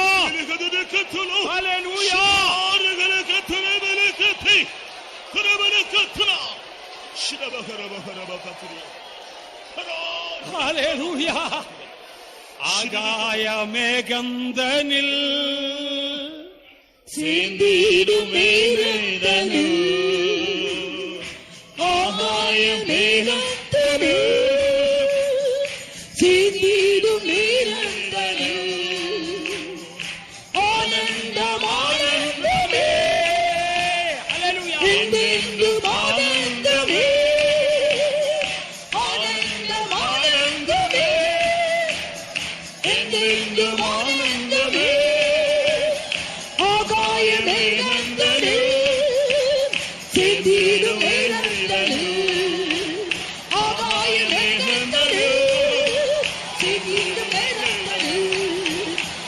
ஆனந்தம் ஆனந்தமே என்றென்றும் ஆனந்தமே ஆனந்தம் ஆனந்தமே என்றென்றும் ஆனந்தமே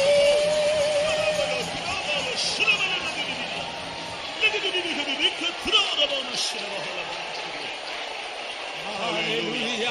Hallelujah. Hallelujah. Hallelujah. Hallelujah. Hallelujah. Hallelujah.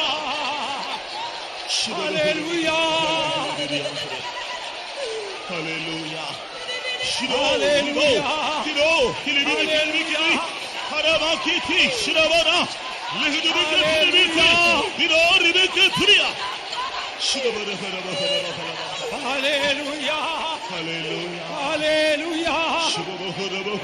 Hallelujah.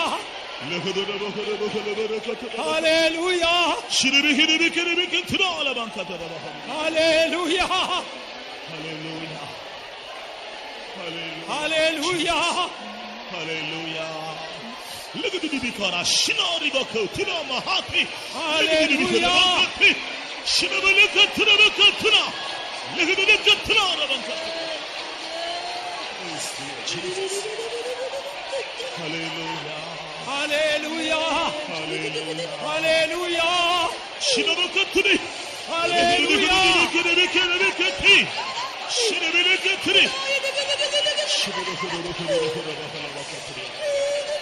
Amen.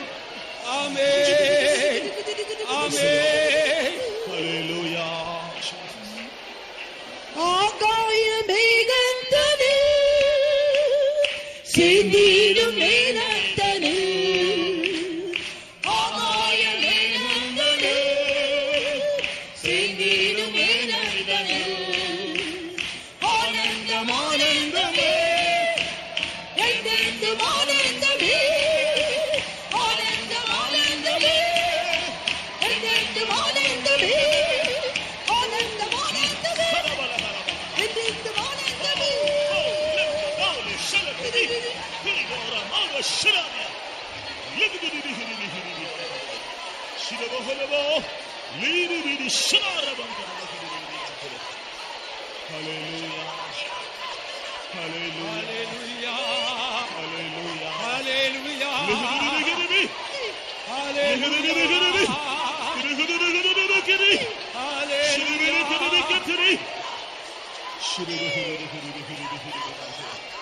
Hallelujah. Hallelujah.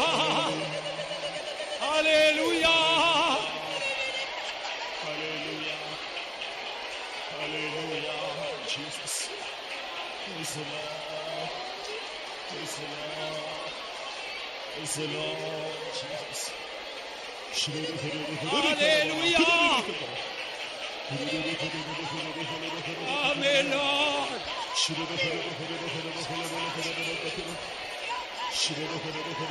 Hallelujah. Hallelujah. Hallelujah.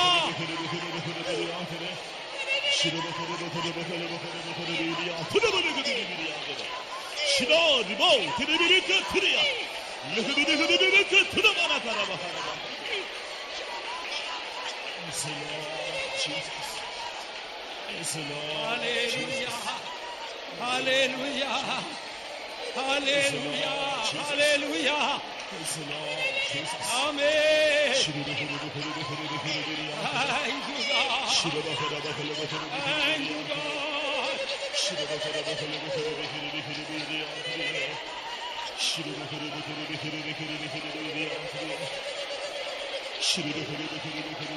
Hallelujah. Hallelujah. Hallelujah. Hallelujah. Horabo, rolabo, ribirigidibigidibigidi, ligaduribirikara, mano, shira, wala, tira, ligadubikati, dimakate, tira, tiribirikatria. Hallelujah. Hallelujah. Hallelujah.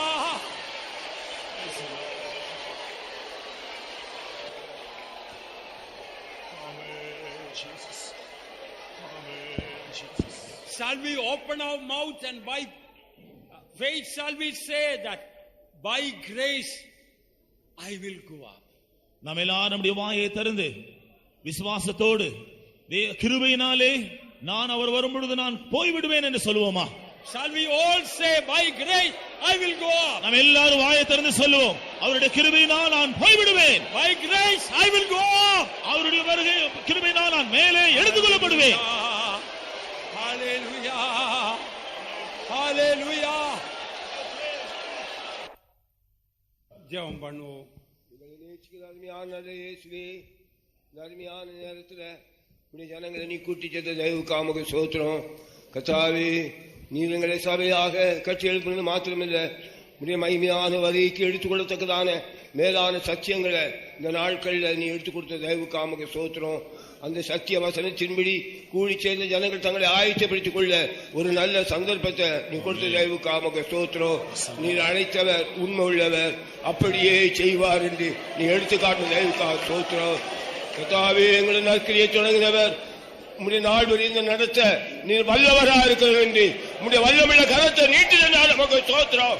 ஆண்டவரே, இந்த ஜனத்தை உம்முடைய கரத்துடன் நீ ஏற்றுக்கொண்டதினால் நமக்கு ஸ்தோத்திரம். ஆண்டவராக இயேசுவே, நீ எங்களுக்கு நல்லவராகவே மேன்மையான காரியங்களை வெளிப்படுத்தின தயவுக்காக ஸ்தோத்திரம். வருகையை பற்றி பேசுகிற இந்த நாட்கள்ல வருகைக்கு ஆயத்தப்படுத்தக்கூடிய அநேக கர்த்தாவே தங்களுடைய ஜீவியத்தில் இன்றைக்கு பிரதிஷ்டை பண்ணுவதற்கு அவர்களுடைய தைரியத்துக்காக ஸ்தோத்திரம், அவர்களுடைய விசுவாசத்தின் ஆவிக்காக ஸ்தோத்திரம். ஆண்டவரே, நமக்கு ஸ்தோத்திரம். அந்த நற்கிரியை இன்றைக்கு நீ தொடங்கி நீர் அதை முடிக்க வல்லவர் என்று நாங்கள் விசுவாசித்து துதிக்கிறோம். கர்த்தாவே, நமக்கு ஸ்தோத்திரம், நமக்கு ஸ்தோத்திரம். கர்த்தாவே, பல இடத்திலிருந்து முன்னே பிள்ளைகள் வரவும் இந்த ஊழியத்துக்கு எல்லா விதத்திலும் உதவி செய்யவும் மற்ற எல்லா கிருபைக்காக நமக்கு ஸ்தோத்திரம். இந்த நேரத்தில் நீ பாராட்டி கொடுத்த நல்வார்த்தைகளுக்காக நமக்கு ஸ்தோத்திரம். அந்த வசனத்தின்படியே நம்முடைய ஜனத்தை ஆசீர்வதித்தலும் இயேசுவின் நாமத்தில் சுவாமி. அன்பான பிதாவே, தகுதியில்லாத எங்களுக்கு இவ்வளவு மகிமையான நாள்கள் உம்முடைய மகிமையின் வார்த்தைகளை கேட்கவும் கர்த்தாவே உம்முடைய இன்ப சத்தம் கேட்டு எங்களுடைய ஆவியில் ஆறுதல் அடைய கர்த்தாவே சுவாதம் பெற எங்களுடைய நம்பிக்கையை கர்த்தாவே பலப்பட நீ உதவி செய்தே. உம்முடைய பிள்ளைகளை எல்லாம் நீ ஆசீர்வதியும், அவருடைய குடும்பங்களை ஆசீர்வதியும், கிருபையினால் நிறைத்து கொள்ளும். கர்த்தாவே, சமாதானத்தின் தேவன் தாமே நீ அவரை ஆசீர்வதித்து பலப்படுத்தி கர்த்தாவே எக்காலம் துணிக்கும் போது எங்களுடைய கால்கள் இந்த உலகத்தில் இருக்காத ஆண்டவரே, மகிமையில் உம்மை சந்திக்க எங்களை ஆயத்தமாக்கி போதும் வைத்துக் கொள்ளும். கருத்தில் தருகிறோம் இயேசுவின் நாமத்தில். നമ്മുടെ കർത്താവായ യേശു ക്രിസ്തുവിൻ കൃപയും ദൈവ അൻപും പരിശുദ്ധ ആവിயின் ஐக்கியம் நாம் யாவரோடும் கர்த்தராய இயேசுவின் வருகை மட்டும் இருப்பதாக. ஆமென். ஹல்லேலூயா, ஹல்லேலூயா, ஹல்லேலூயா. கர்த்தர் உங்களை ஆசீர்வதிக்கும்.